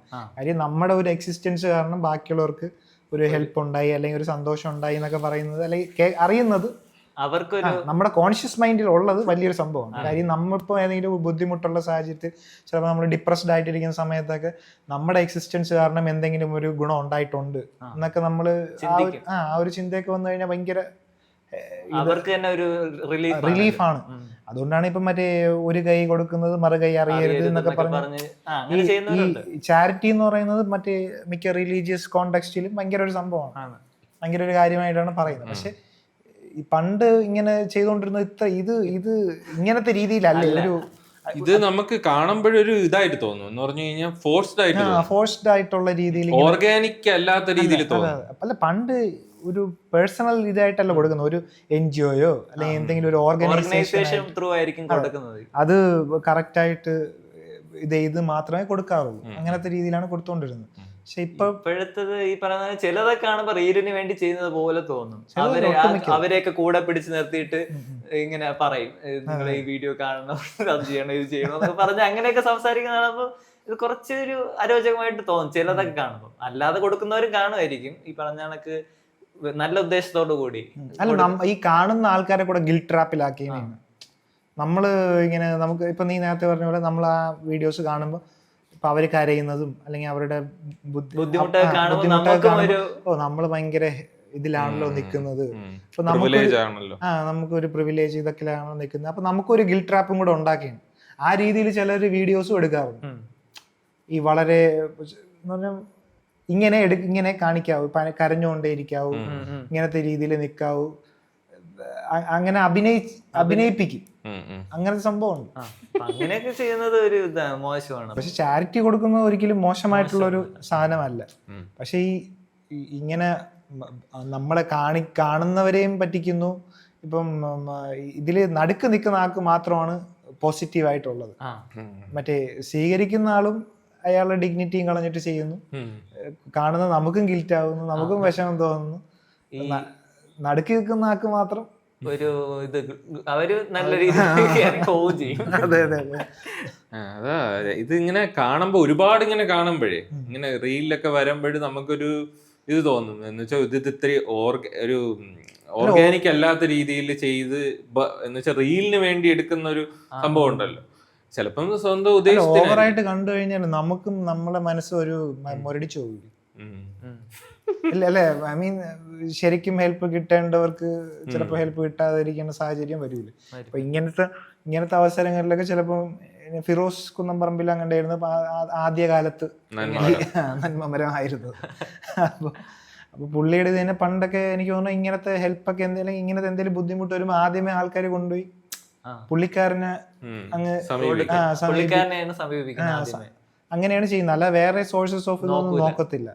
ഇപ്പോ മറ്റേ ഒരു കുട്ടിക്ക് 14 കോടിയോ 13 കോടിയുടെ അതൊക്കെ ഒരു കുറച്ചുകൂടെ മലയാളികളെ ഹെൽപ്പ് ചെയ്തു എന്നുള്ളൊരു സംഭവത്തിലാണ് അത് പോയത്. അതെ, പക്ഷെ ഒരാളെന്നുള്ള രീതിയിലല്ല, എല്ലാവരുടെ ഒരു കോൺട്രിബ്യൂഷൻ എന്നുള്ള രീതിക്കാണ് അത് പോയത്. അത് നല്ലൊരു സംഭവമാണ്. പക്ഷെ ഇത്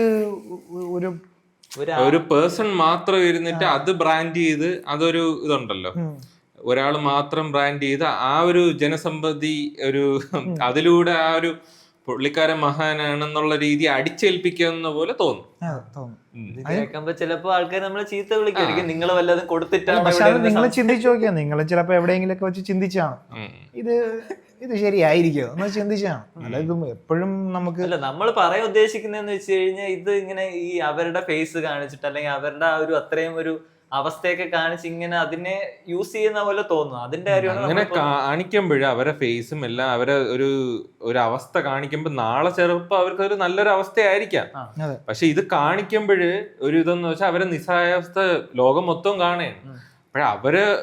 അവർക്ക് ആ ഡിഗ്നിറ്റി, അവരെ ഒരു സർവൈവലാണ് അവരെ ഇപ്പോഴത്തെ ഫസ്റ്റ് പ്രയോറിറ്റി.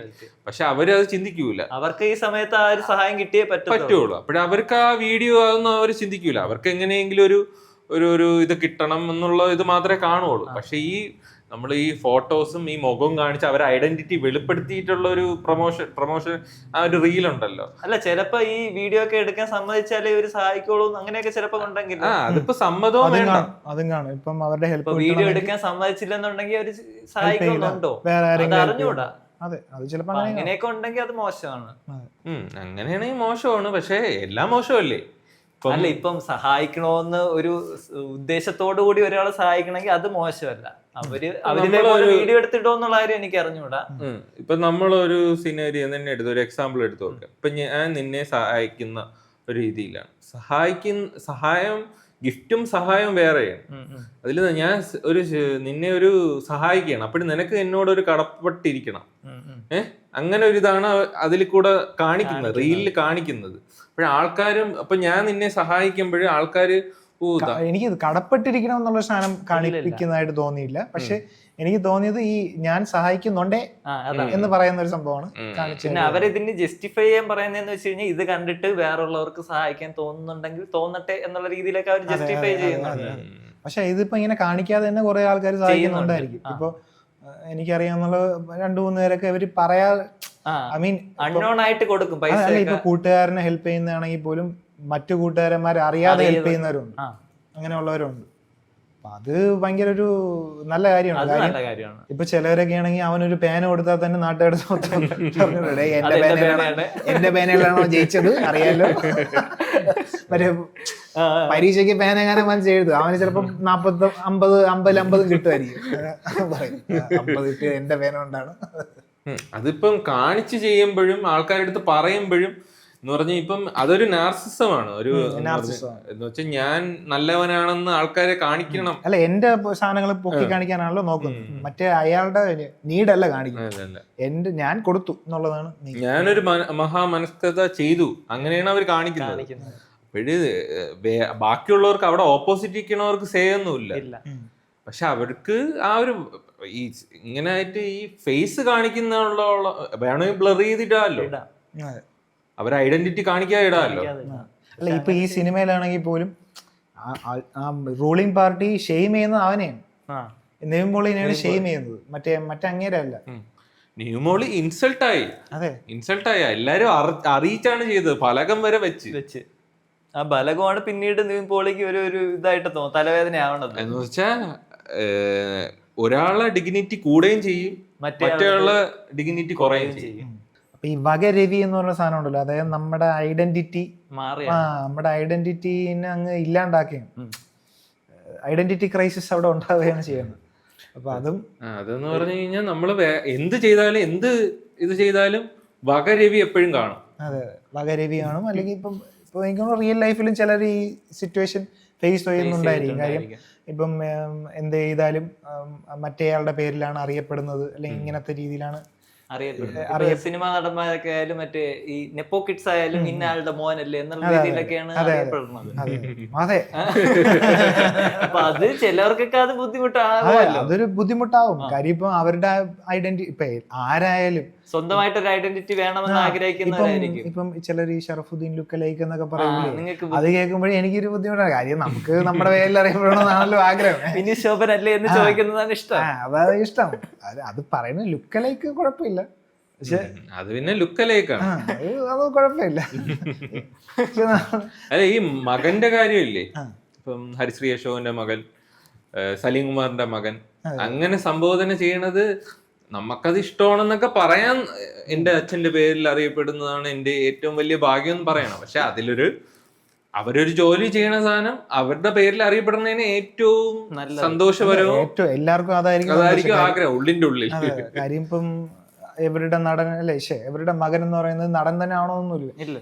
കുറെ ആൾക്കാർക്ക് ആ ഒരു ബുദ്ധിമുട്ടുണ്ട്. അതായത് എനിക്ക് ഏറ്റവും കൂടുതൽ ഉണ്ടായത് പ്രണവിനായിരിക്കും. ലാലേട്ടന്റെ മകൻ എന്ന് പറയുന്നത് ഭയങ്കര ഒരു ഭാരമാണ്. കാര്യം പുള്ളിയുടെ അത്ര ആക്ടിങ് എന്തായാലും പാടുമായിരിക്കും, ചെയ്യുന്നതും പാടുമായിരിക്കും. അപ്പം എപ്പോഴും കമ്പാരിസൺ ആവും അല്ല. പക്ഷെ നമ്മളിങ്ങനെ കുറച്ചുകൂടെ ആലോചിക്കുമ്പോൾ ഈ നെപ്പോ കിഡ്സും ഇതുമായിട്ട് അല്ല ഈ കഥയിലെ സംഭവമായിട്ട് ഇതിലെന്ന് പറഞ്ഞാൽ ഒരു പ്രിവിലേജ് ഉണ്ട്, എപ്പോഴായാലും പ്രിവിലേജ് ഉണ്ട്. ഇവിടെ ഈ നമ്മുടെ ഈ പടവെട്ടിലോട്ട് വരുമ്പോഴത്തേക്കും ആ ഒരു പ്രിവിലേജ് അല്ല, അവിടെ ഒരു അപമാനമാണ്. അതെ. പ്രിവിലേജ് ഉണ്ടെങ്കിലും പുള്ളിക്കാരൻ പ്രൂവ് ആയിട്ടും ആ അച്ഛന്റെ ഇതിലാണ് കാണണമെങ്കിൽ അതൊരു പ്രശ്നമാണ്. പ്രൂവ് ആയി വലിയൊരു അല്ലേ. അതെ അല്ല നെപ്പോ കിഡ്സ് കൂടുതൽ നമ്മളിങ്ങനെ ആലോചിച്ച് നോക്കുമ്പോൾ നമുക്ക് തോന്നും കിട്ടുന്നതിൽ കുഴപ്പമൊന്നുമില്ല. കാര്യം കുറച്ച് അവസരങ്ങൾ കൂടുതൽ കിട്ടുന്നുണ്ടല്ലോ, കുഴപ്പമില്ല, ഇതൊക്കെ വാങ്ങിച്ചോട്ടെ. പക്ഷെ ഇതിൽ വരുമ്പോഴത്തേക്കും അപമാനമല്ല, പുള്ളിക്കാരന്റെ ഒരു അല്ല അയാളുടെ ഐഡന്റിറ്റിയെ തന്നെ ബാധിക്കുന്ന സാധനമാണ് ഈ ബബാഗ രവി എന്ന് പറയുന്നത്. കാര്യം അയാൾ അങ്ങനെ അല്ലല്ലോ അറിയപ്പെടേണ്ടത്. ഒരു വലിയൊരു അത്ലറ്റ് ആവണമെന്ന് ആഗ്രഹിച്ച ഒരു വലിയ അത്ലറ്റിലെ ഒരു പേരുണ്ടായിരുന്നു, മറ്റേ ആ സ്ഥലത്തിന്റെ പേര് വെച്ചിട്ട് എന്തോ മയൂർ എക്സ്പ്രസ് എന്നൊക്കെ ഒരു പേരുണ്ടായിരുന്ന ഒരു ടൈം ഉണ്ടായിരുന്നു. അത് ഇന്ന് ഈ ഭാഗ്യരവിയിലോട്ട് എത്തിയപ്പോഴത്തേക്കും ഏതോ ഒരു എക്സ്പ്രസ് അപ്പൊ ഇങ്ങോട്ട് എത്തിയപ്പോഴത്തേക്കുള്ള ആ ഒരു അതിന്റെ ഒരു ഇതും വരും കേട്ടോ, അതിന്റെ ഒരു മാനസിക സംഘർഷം വരും. എന്നുവെച്ചാൽ പേര് കിട്ടുന്നില്ല, ഇത് വേറൊരാളുടെ പേരിൽ അറിയപ്പെടുന്നതെന്ന് പറഞ്ഞു കഴിഞ്ഞാൽ പുള്ളിക്ക് അതും മാനിപ്പുലേഷൻ രീതിയിലാണ് കിട്ടിയത്. അത് സത്യം പറഞ്ഞാൽ ഈ അച്ഛന്റെ പേരിൽ അങ്ങനെ അറിഞ്ഞാലും കുഴപ്പമില്ല, ഐഡന്റിറ്റി അറിഞ്ഞാലും കുഴപ്പമില്ല. പക്ഷെ നമ്മള് ഇപ്പോ എപ്പോഴും വേറെ നമ്മുടെ എക്സിസ്റ്റൻസിന് ഒരു വാല്യൂ ഉണ്ടായിരിക്കണം. അതൊക്കെയാണ് ഈ ഐഡന്റിറ്റി എന്നൊക്കെ പറയുന്നത്. ഇപ്പൊ മറ്റൊരാളുടെ പേരിൽ അറിയപ്പെടുമ്പോൾ നമുക്കൊരു ബുദ്ധിമുട്ടാണല്ലേ. അല്ല നമ്മൾ അറിയപ്പെടണ്ടെന്ന് വിചാരിക്കുന്ന രീതിയിൽ നമ്മളിങ്ങനെ ആൾക്കാരെ വിളിക്കുമ്പോൾ ഇപ്പൊ വട്ടപ്പേര് വിളിക്കുന്നത് തന്നെ എല്ലാവർക്കും ഇഷ്ടപ്പെടുന്ന സാധനമല്ല. ഇപ്പൊ നമ്മൾ തന്നെ പണ്ടൊക്കെ അഖിലേഷിനെ തടിയാന്ന് വിളിച്ചുകൊണ്ടിരുന്ന ഒരു സമയം ഉണ്ടായിരുന്നു പണ്ട്. പക്ഷെ ഇപ്പൊ അങ്ങനെ നമ്മൾ വിളിക്കാറില്ലല്ലോ. അത് ആ സമയത്ത് അവൻ ചിരിച്ചു വിട്ടാണ്, പക്ഷെ മനസ്സിൽ കരയുന്നുണ്ടായിരിക്കും കേൾക്കുക. അത് ഈ ഐഡന്റിറ്റി ക്രൈസിസ് എന്ന് പറയുന്ന സംഭവം അതൊരു ഭയങ്കര ഒരു സാധനമാണ്. അത് ഈ സിനിമയിൽ നല്ല രീതിയിൽ കാണിക്കുന്നുണ്ട്. ഐഡന്റിറ്റി ക്രൈസിസ് എപ്പോഴും വക എന്ന് പറയുമ്പോൾ അതൊരു നിവിൻ പോളിക്ക് ഉണ്ടാവുന്ന ഒരു ഇതുണ്ടല്ലോ. അപ്പൊ വരണവരും പോണവരും വക കുയ്യാലി എന്ന് പറയുമ്പോൾ പുള്ളിക്ക് പിന്നെ ഈ എന്ന് വെച്ചാൽ ഈ വീട്ടിന്റെ ഈ ഫലകത്തിന്റെ മുമ്പിലാണ് ഈ പാർട്ടി മെമ്പേഴ്സ് എല്ലാവരും ഒത്തുകൂടുന്നതും അവരൊരു പ്രോപ്പർട്ടി എന്ന് വെച്ചാൽ ഇതൊരു പ്രൈവറ്റ് പ്രോപ്പർട്ടിയാണ്. പക്ഷെ ആ പാർട്ടിയിലെ എല്ലാവരും അതിന്റെ അവിടെ നിന്നാണ് എല്ലാം മറ്റേ പ്രസംഗിക്കണത്. അവര് ചെയ്ത് കൊടുത്തതല്ലേ, അപ്പൊ അവർക്ക് അവകാശമുണ്ട് എന്നുള്ള രീതിയിലാണ് കാണിക്കുന്നത്. എന്ന് വെച്ച് കഴിഞ്ഞാൽ ആ വീടെന്ന് വെച്ച് കഴിഞ്ഞാൽ ഇവരുടെ ഒരു പ്രോപ്പർട്ടി എന്ന പോലെയാണ് അവര് ട്രീറ്റ് ചെയ്യുന്നത്. പിന്നെ എനിക്ക് തോന്നുന്നു ആ നാട്ടിൽ ഈ കർഷകർക്ക് ഉണ്ടാവുന്ന ബുദ്ധിമുട്ടുകളും കാര്യങ്ങളും എല്ലാം അതിലെല്ലാം ഈ കുയ്യാലി ഏറ്റെടുക്കും. അതെന്ന് പറഞ്ഞാൽ ഈ മറ്റേ ഇപ്പോഴും റെലവെന്റ് ആയിട്ടുള്ള സാധനം ഈ പന്നിശല്യം, അങ്ങനെ കർഷകർക്ക് ഉണ്ടാവുന്ന കുറെ ബുദ്ധിമുട്ടുകൾ. പന്നിശല്യം ഇപ്പോഴും ആ സിനിമയെക്കാട്ടി ഈ 2025 കൂടുതലാണ്. അപ്പം അത് എനിക്ക് തോന്നുന്നു നമ്മുടെ ഷൈൻ ടോം ചാക്കോയുടെ അച്ഛൻ മരിക്കും, പന്നി ഇടിച്ച് മരിക്കും. അപ്പൊ ആ ഒരു സാഹചര്യമൊക്കെ പുള്ളി അങ്ങ് യൂസ് ചെയ്യണം. കാര്യം ഇത് ഗവൺമെന്റ് ഒന്നും ചെയ്യുന്നില്ല. അപ്പൊ ഈ റൂളിംഗ് പാർട്ടി ഒന്നും ഇതിനു വേണ്ടി ഹെൽപ്പ് ചെയ്യുന്നില്ല, വേലി കെട്ടുന്നില്ല, അവർക്ക് വേണ്ട പൈസ കൊടുക്കുന്നില്ല, അല്ലെങ്കിൽ പ്രോപ്പറായിട്ട് ഇതിനെ കൃഷിക്കാർക്കൊന്നും പറ്റുന്നില്ല, ഒരു ഭയങ്കര നഷ്ടത്തിലേക്കാണ് പോകുന്നത്. അല്ല ഇതിനെ ഹണ്ട് ചെയ്യാനുള്ള ഒരു ഇതും കിട്ടുന്നില്ല. അങ്ങനെ ഇരിക്കുമ്പോ ഈ നമ്മുടെ കുയ്യാലി ഇവരെ അങ്ങ് ഏറ്റെടുക്കും, ഇവരുടെ പാടങ്ങളുടെ കൃഷി ഇറക്കും. കൃഷി മാത്രം ചെയ്താൽ മതി, ബാക്കിയുള്ള കാര്യം അത്രയും ഞാൻ ചെയ്തോളാം. എന്നുവെച്ചാൽ കൃഷി ഇപ്പൊ നമ്മുടെ ഇടയ്ക്ക് വെച്ച് റിലയൻസ് അംബാനി ഇടയ്ക്ക് വെച്ചൊരു സംഭവം കൊണ്ടുവന്നിട്ടുണ്ടായിരുന്നു. ഈ കൃഷിക്കാരുടെ പുള്ളി വാങ്ങിച്ചിട്ട് പുള്ളി സപ്ലൈ ചെയ്യും. അപ്പൊ അത് ആ ഒരു താങ്ങുവില എപ്പോഴും കൊടുക്കും എന്നുള്ള രീതിയിൽ കൃഷിനാശം വന്നു കഴിഞ്ഞാലും കുഴപ്പമില്ല, പുള്ളി ഇതിനൊരു താങ്ങുവില പോലെ കൊടുക്കും. മൊത്തത്തില് ഈ വിത്തും അതിന്റെ കാര്യങ്ങളും വളവും എല്ലാം ഇവര് സപ്ലൈ ചെയ്യും. സപ്ലൈ നിങ്ങളൊന്ന് കൃഷി ചെയ്താൽ മതി, വിളവ് ഉണ്ടാക്കി എടുത്താൽ മതി. അതെ. അത് എങ്ങനെയെന്നുള്ളത് ഈ വളവും ഈ മരുന്നടിയും അതൊക്കെ ഇവര് നോക്കിക്കോളാം. അങ്ങനത്തെ രീതിയിൽ ഒരു എഗ്രിമെന്റ് ഉള്ള രീതിയിൽ അതങ്ങ് ചെയ്യും. ഞാൻ ഒരു സഹായം ചെയ്യുന്നു എന്നുള്ള രീതിയിൽ മൊത്തത്തിൽ ആ കൃഷിക്കാരെ മൊത്തത്തിൽ ഇവര് എഗ്രിമെന്റ് വെച്ച് പുള്ളിക്കാരന്റെ അണ്ടറിലാക്കും. അല്ല, അത് ഈ കൃഷിക്കാർക്ക് ഈ സീസണൽ ഡാമേജ് എന്ന് പറയുന്നത് ഭയങ്കര ഹെവിയാണ്. ഇപ്പൊ നമ്മുടെ ഇപ്പൊ ആണെങ്കിൽ ഈ മഴയൊക്കെ ഇപ്പൊ ഭയങ്കര കൂടുതലാണ്. അല്ല, ഈ കാലാവസ്ഥ ഭയങ്കര അൺപ്രഡിക്റ്റബിൾ ആണ്. അപ്പൊ ആ ഒരു സാഹചര്യത്തിലൊക്കെ ഇവർക്ക് ഈ ഒരു ഓപ്ഷൻ കൊടുക്കുമ്പോൾ അവർക്ക് അവരങ്ങ് വീഴും. കാര്യം കുറെ റിസ്ക് ഇല്ല. കുറെ ആൾക്കാര് ഈ ലോൺ എടുത്തിട്ടാ കൃഷി ഇറക്കുന്നതാണ്. അപ്പം അടയ്ക്കാൻ പോലും ഒരു സാധനം കിട്ടിയില്ലെങ്കിൽ അവര് ബുദ്ധിമുട്ടി പോകും. അപ്പൊ ആ ഒരു സാഹചര്യത്തിൽ നമ്മുടെ കുയ്യാലി മരക്കാറല്ല ഈ കുയ്യാലി അതങ്ങ് ഏറ്റെടുക്കുകയും ചെയ്യും. പുള്ളിക്കാരന്റെ യഥാർത്ഥ ലക്ഷ്യം ഈ രാഷ്ട്രീയ പ്രവർത്തനം മാത്രമല്ല, മൊത്തത്തിൽ ആ നാടങ്ങ് അടക്കി അങ്ങ് വാഴുക.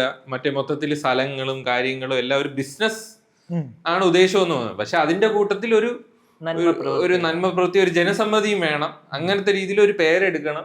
മൊത്തത്തിൽ ഒരു മോണോപ്പൊളി പോലെ അങ്ങ് മേടിച്ചെടുക്കുക എന്നുള്ളൊരു സാധനമാണ് പുള്ളി ചെയ്യാൻ ഉദ്ദേശിച്ചത്. അപ്പം ഇതിൽ തന്നെ നമ്മുടെ നിവിൻ പോളി തന്നെ ഇടയ്ക്ക് വെച്ച് ചോദിക്കുന്നുണ്ട്, ഇപ്പം എന്ത് മരുന്നാണ് അടിക്കുന്നത്, എന്ത് വിത്താണ് വെക്കുന്നത്, എന്ത് വളമാണ് ഇടുന്നത്, എന്ത് വളം അടിച്ചിട്ട് അവിടെ ഉള്ളവരുടെ കാലൊക്കെ കാര്യം. ഇപ്പൊ ഈ പുള്ളി ഒരു ബിസിനസ് മൈൻഡ് സെറ്റിൽ മാത്രമേ ചിന്തിക്കുള്ളൂ. അത് മണ്ണിട്ട് മൂടുകയും ചെയ്യണം. ആ ഒരു അതോറിറ്റി എടുക്കുകയും. അതെ, അത് പ്രോഫിറ്റബിൾ അല്ല. മാക്സിമം പ്രോഫിറ്റ് മാത്രമേ പുള്ളി നോക്കുന്നു. കൃഷിക്കാർക്ക് ഇന്ന് പ്രോഫിറ്റ് കുറവാണെങ്കിൽ നാളെ അത് മണ്ണിട്ട് മൂടുക എന്നുള്ളൊരു ആ ഒരു ഇതിലേക്ക് അങ്ങേര് പോയി. അപ്പൊ ഈ നിവിൻ പോളി ക്വസ്റ്റ്യൻ ചെയ്തപ്പോ പുള്ളിക്കാരൻ തിരിച്ച് മറ്റേ വീട് ശരിയാക്കി തന്നില്ലേ, അതിന് വീടിന് അടിച്ചുറപ്പിന് ഇപ്പൊ കുഴപ്പമുണ്ടോ എന്ന് ചോദിച്ച് അങ്ങ് ട്രാപ്പിലാക്കി. അങ്ങനെ സപ്രസ് ചെയ്യണ ചെയ്യുന്നത് ഈ ഒരു മറ്റേ നന്ദി വേണം എന്നുള്ളൊരു സംഭവം വെച്ചിട്ട്. എന്ന് പറഞ്ഞാൽ ഒരു സഹായം ചെയ്ത ആളിന്റെ അടുത്ത് തിരിച്ചൊന്നും ചോദിക്കാൻ പാടില്ല. അത് നിങ്ങൾക്ക് അതോറിറ്റി ഇല്ല. കാരണം എന്റെ സൗജന്യം പറ്റിയ ഒരാളല്ലേ നീ എന്തിനാണ് എന്റെ അടുത്ത് ചോദിക്കുന്നു എന്നുള്ള രീതിയിലുള്ള ഒരു ചോദ്യം, ഒരു ഫോഴ്സ്ഡ് ഗ്രാറ്റിറ്റ്യൂഡ് എന്ന് പറയും. അതേപോലത്തെ രീതിയിലാണ് ചോദിക്കുന്നത്. എന്ന് വെച്ചാൽ എപ്പോഴും പുള്ളിക്കാരന്റെ അടുത്ത് ഒരു കടപ്പാട് ഉണ്ടായിരിക്കണം എന്നുള്ള ഒരു ഇതായിരിക്കും ഉദ്ദേശിക്കണെന്ന് തോന്നുന്നു. ഈ കടപ്പാട് സംഭവം നമ്മുടെ ഇന്ത്യൻ കസ്റ്റംസിൽ വലിയൊരു തലവേദന കേസാണ്. കാര്യം ഇപ്പോ നമ്മൾ ചിലപ്പോ നമ്മുടെ ഡിഗ്നിറ്റി മറന്നുകൊണ്ട് തന്നെ ചിലപ്പോൾ നമ്മൾ കടപ്പെട്ടിരിക്കേണ്ടി വരും. അതായത് ചില സാഹചര്യങ്ങളിൽ നമുക്ക് പറയാനുള്ള സാധനങ്ങൾ പോലും പറയാൻ പറ്റൂല, അല്ലെങ്കിൽ ഒരു നോ പറയാൻ പറ്റത്തില്ല. ഇപ്പം നമ്മളെ ആരെങ്കിലും ഹെൽപ്പ് ചെയ്തിട്ടുണ്ടെങ്കിൽ അവര് തിരിച്ചെന്തേലും ഒരു കാര്യം നമുക്ക് ചെയ്യാൻ പറ്റാത്ത എന്തെങ്കിലും കാര്യം പറഞ്ഞു കഴിഞ്ഞാൽ നമുക്ക് നോ പറയാൻ ചിലപ്പോൾ ബുദ്ധിമുട്ടായിരിക്കും. അല്ല, അങ്ങനെ ചിലര് ഹെൽപ്പ് ചെയ്യാറുണ്ട്. മറ്റേ അതിനെന്തൊരു ഒരു മാനിപ്പുലേഷൻ മെത്തേഡാണ് അത്. എന്ന് പറഞ്ഞാൽ നമ്മള് എന്തെങ്കിലും ചെറിയൊരു ഹെൽപ്പ് കൊടുത്തിട്ട് പിന്നെ വലിയ ഹെൽപ്പ് തിരിച്ചു അങ്ങനത്തെ പരിപാടിയുണ്ട്.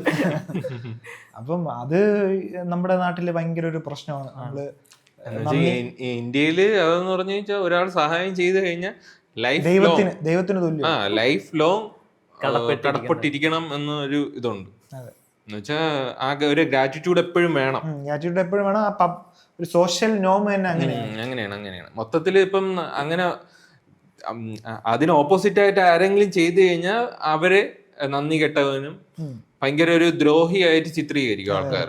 ഇപ്പൊ സിനിമയുടെ കേസാണെങ്കിൽ തന്നെ ഇപ്പം ഇപ്പം മോഹൻലാലും മമ്മൂട്ടിയൊക്കെ ആണെങ്കിൽ തന്നെ പുള്ളിയുടെ ആദ്യത്തെ ഡയറക്ടറിനെ പ്രൊഡ്യൂസറിനോ പരിഗണിക്കുന്നില്ല എന്നൊക്കെ പറഞ്ഞിട്ട് പിന്നെ അവര് വന്നിട്ട് ഇന്റർവ്യൂലൊക്കെ പറയും നന്ദിയില്ല എന്നുള്ള രീതിയിൽ പറയും. അത് കമന്റ്സ് വായിച്ചു നോക്കിയാലും മനസ്സിലാവും പുള്ളി ഇങ്ങനെയാണ്, പുള്ളി അങ്ങനെയാണ് എന്നൊക്കെ പറഞ്ഞിട്ട്.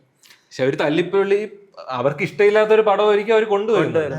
അത് നമുക്ക് ഇപ്പൊ നല്ല പടമാണെങ്കിൽ നല്ല പടം, അല്ലെങ്കിൽ ഇഷ്ടമല്ലെങ്കിൽ ഇഷ്ടമല്ല ചെയ്യാനുള്ള ഒരു വോയിസ് നമുക്ക് വേണം. അല്ലാതെ ഇങ്ങനെ കടപ്പെട്ടിരിക്കേണ്ട ആവശ്യമൊന്നും. അതെ, ഗ്രാറ്റിറ്റ്യൂഡ് എന്ന് പറഞ്ഞ സാധനം ചില സമയങ്ങളിൽ നമുക്ക് ഭയങ്കര ആവശ്യമായിട്ടുള്ള സാധനമാണ്. നമുക്ക് നമ്മുടെ മനസ്സിനൊരു സന്തോഷമൊക്കെ കിട്ടണമെങ്കിൽ, സമാധാനം കിട്ടണമെങ്കിൽ ഗ്രാറ്റിറ്റ്യൂഡ് എന്ന് പറയുന്ന സാധനം ഭയങ്കര ഒരു സാധനം. നമ്മളൊരു എന്താ പറയാ, ഇപ്പോ ഇങ്ങനെ ജീവിക്കാൻ പറ്റുന്നതിൽ, അല്ലെങ്കിൽ ഇങ്ങനെ ഫ്രണ്ട്സ് കിട്ടിയതിലും, അല്ലെങ്കിൽ ഇങ്ങനെ ഒരു പ്രിവിലേജിലൊക്കെ ജീവിക്കാൻ പറ്റിയത് ഭാഗ്യമാണ്, അല്ലെങ്കിൽ ഇപ്പൊ നേരത്തെ പറഞ്ഞില്ലേ ഒരു ഡിസ്പാരിറ്റി ഒക്കെ പറഞ്ഞില്ലേ, നമ്മളിപ്പോ അത്രയും സഫർ ചെയ്യുന്നില്ല എന്നുള്ള സംഭവം. അങ്ങനത്തെ ആ ഒരു സാഹചര്യങ്ങളിലേക്ക് കൊണ്ടെത്തിച്ച കുറെ കാര്യങ്ങൾ, അതിനോടൊക്കെ നമ്മൾ ഗ്രാറ്റിറ്റ്യൂഡ് കാണിക്കണം.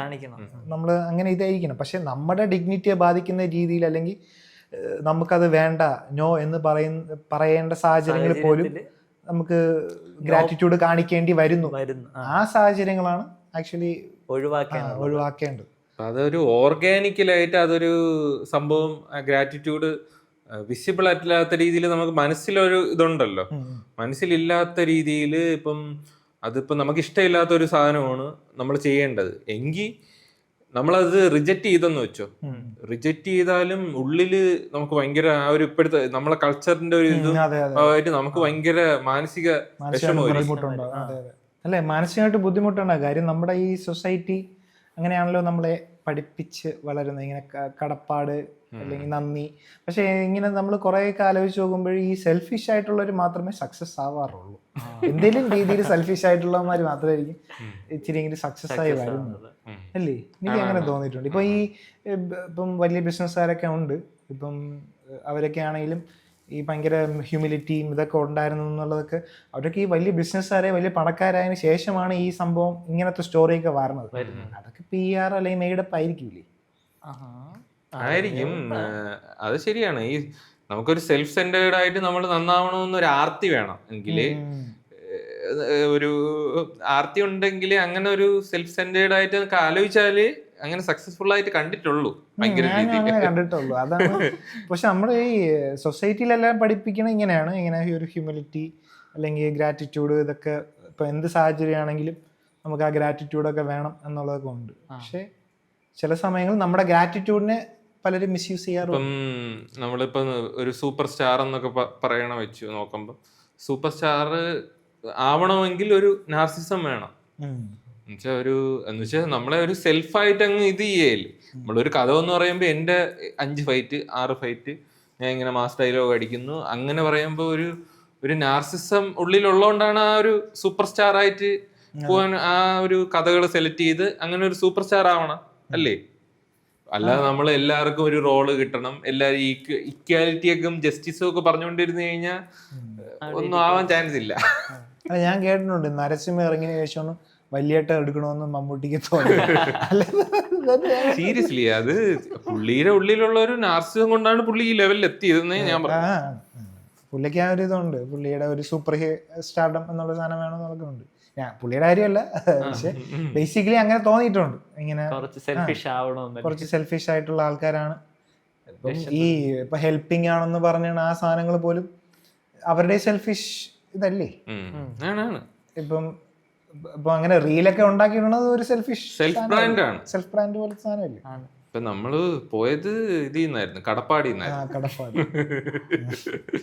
അപ്പം സംഭവം എന്ന് പറഞ്ഞു കഴിഞ്ഞാൽ നമ്മള് കടപ്പെട്ടിരിക്കുക. ഇപ്പം നമ്മള് ക്രൈം ഫയല് ഇപ്പോഴത്തെ സീസൺ ഇറങ്ങിയില്ലേ മലയാളത്തില്, ഹോട്ട്സ്റ്റാറിലുണ്ട്, കണ്ടായിരുന്നോ? കണ്ടില്ല. അതില് ഇന്ദ്രൻസിന്റെ റോള് തന്നെ, ഇന്ദ്രൻസിന് വേറെ ഒന്നുമില്ല, ഇന്ദ്രൻസ് ബാക്കിയുള്ളവരെ സഹായിക്കും, ഐക്യൂലിയൊന്നും വാങ്ങിക്കൂല, ബാക്കിയുള്ളവരെ സഹായിച്ചിട്ട് പുള്ളിക്ക് എന്ന് പറഞ്ഞു കഴിഞ്ഞാൽ ആ ഒരു കടപ്പാട് എപ്പോഴും ഉണ്ടായിരിക്കണം. ഇപ്പം ഹരിശ്രീ അശോകനെ സഹായിച്ചു, അപ്പോൾ ഹരിശ്രീ അശോകന് ഇഷ്ടമില്ലാത്തൊരു കാര്യം ചെയ്യണമെന്ന് പറയും, അപ്പോൾ ഹരിശ്രീ അശോകന് അത് വയ്യ. പക്ഷെ എങ്കിലും പുള്ളിക്കാരൻ പറയണം, ഞാൻ അന്ന് ഒന്നുമില്ലാത്ത ടൈമിൽ നിന്നെ സഹായിച്ചില്ലേ എന്ന് പറഞ്ഞ് ട്രാപ്പിലാക്കുകയാണ്. അപ്പൊ പുള്ളിക്കാരന് ഒരു ചിന്ത, അതാണല്ലോ ഒരു സാധനം എന്ന് വെച്ചാൽ. അല്ല, അതാണ് ഈ ഫോഴ്സ്ഡ് ഗ്രാറ്റിറ്റ്യൂഡ് എന്ന് പറയുന്നത് കാര്യം. പുള്ളിക്ക് അത് സ്വമേധയാ ചെയ്യണമെന്നില്ല, പക്ഷെ ഈ ഒരു കടപ്പാടിന്റെ പേരിൽ ചെയ്തു കൊടുക്കേണ്ടി വരുന്നു. കടപ്പെട്ടിരിക്കണം, എന്നും കടപ്പെട്ടിരിക്കണം, ലൈഫ് ലോങ് കടപ്പെട്ടിരിക്കണം. അങ്ങനെ ഒരു ഇത് എന്തൊക്കെ വന്നാലും എന്റെ ഇതിലല്ലേ ചെയ്തതെന്നുള്ള ഒരു സാധനം ഉണ്ടല്ലോ. അതിപ്പം വീട്ടുകാരായാലും ഇപ്പൊ അച്ഛനും അമ്മയായാലും അങ്ങനെയൊക്കെ തന്നെ. അല്ല, അച്ഛൻ ചില കേസുകളൊക്കെ കണ്ടിട്ടില്ലേ, ഇപ്പൊ അച്ഛനും അമ്മയും ഇങ്ങനെ നിരന്തരമായി പീഡിപ്പിച്ചുകൊണ്ടിരിക്കുക കുട്ടികളെയൊക്കെ. അപ്പൊ ആ കുട്ടികളുടെ അടുത്ത് പക്ഷെ നമ്മൾ ആ കമന്റ്സിലൊക്കെ വായിക്കുമ്പോഴത്തേക്കും ഒന്നുമില്ലെങ്കിലും അച്ഛനും അമ്മയില്ല, ഈ ദുരഭിമാന കൊലയൊക്കെ സാധനങ്ങളൊക്കെ ഇല്ലേ, അതിലും അച്ഛനും അമ്മയും കൊന്നതെങ്കിലും കുഴപ്പമില്ല എന്നാണ് പറയണത്. കുറെ ഈ കമന്റ്സ് ഒക്കെ വായിക്കും, അവര് കൊന്നാ കുഴപ്പമില്ല എന്നാ പറയണത്. അച്ഛനും അമ്മ എന്ത് തെണ്ടിത്തരം കാണിച്ചാലും അച്ഛനല്ലേ അമ്മയല്ലേ അങ്ങനത്തെ രീതിയിൽ ആൾക്കാർ ഒന്നും ഇല്ലെങ്കിലും അങ്ങനെയല്ലേ, ക്ഷമിച്ചൂടെ. ചിലപ്പോ അവര് അൺപാർഡനബിൾ ആയിട്ടുള്ള ഒരു തെറ്റായിരിക്കും ചെയ്തത്, എന്നാലും മക്കളല്ലേ, അച്ഛനും അമ്മയല്ലേ, ക്ഷമിച്ച് കളയണ്ടേ, അങ്ങനത്തെ രീതിയിൽ പറയും. അതൊരു ഗ്രാറ്റിറ്റ്യൂഡ് തന്നെ, കടപ്പാട്, വലുതാക്കിയ ആളല്ലേ. അല്ല, ഈ ഗ്രാറ്റിറ്റ്യൂഡ് ആക്ച്വലി നമ്മൾ കാണിക്കേണ്ടത് നമ്മുടെ ഡിഗ്നിറ്റിയെ ബാധിക്കുന്ന സാധനങ്ങളിൽ കാണിക്കാതിരിക്കുക. നമുക്ക് പിന്നെ അവസാനം ഈ പണി ചെയ്തിട്ട് പിന്നെ അവസാനം നമുക്ക് ബുദ്ധിമുട്ടാണ്. നമ്മളിത് ഇപ്പോൾ ആ ഒരു അവസ്ഥയിൽ എത്തിക്കഴിഞ്ഞാൽ പിന്നെ നമ്മുടെ മനസ്സാക്ഷിയോട് നമുക്ക് ഭയങ്കര ബുദ്ധിമുട്ടായി. അതെ അതെ. ഇപ്പൊ അങ്ങനെ ഒരു സാധനം ഇപ്പം ബാക്കിയുള്ളവർ അങ്ങനത്തെ ഉള്ള ഒരു ക്യാരക്ടർ ആണെങ്കിൽ സത്യം പറഞ്ഞാൽ അത് ആ ഒരു സഹായം റിജക്റ്റ് ചെയ്യണേണ് നല്ലത്. എന്ന് പറഞ്ഞു കഴിഞ്ഞാൽ പേഴ്സണലായിട്ട് വേറെ താല്പര്യങ്ങൾ ഉണ്ടെങ്കിൽ എന്ന് പറഞ്ഞു കഴിഞ്ഞാൽ നമ്മളെ സഹായിക്കുമ്പോൾ അല്ല, അത് പറയാൻ പറ്റൂല. ഇപ്പൊ നമ്മുടെ ഇപ്പം വണ്ടി ഇടിച്ചിരിക്കുകയാണെന്ന് വിചാരിച്ചു, ആ സമയത്ത് ഇനി മറ്റവൻ ഇതിനായിരിക്കോ അതിനായിരിക്കോ ചിന്തിക്കാൻ പറ്റില്ലല്ലോ.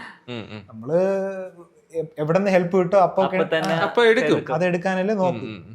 പിന്നീട് അത് വെച്ചിട്ട് അവര് യൂസ് ചെയ്യുന്നുണ്ടെങ്കിൽ അത് മോശമാണ്. പക്ഷെ അതിൽ നിന്ന് എങ്ങനെ രക്ഷപ്പെടണം, അതാണ് ആ ഒരു ഗിൽറ്റ് ട്രാപ്പിൽ നിന്ന്. എന്തായാലും നമുക്ക് ഹെൽപ്പ് എന്ന് പറയുന്ന രീതിയിൽ നമുക്ക് എല്ലാവർക്കും വേണ്ട ഒരു സാധനമാണ്.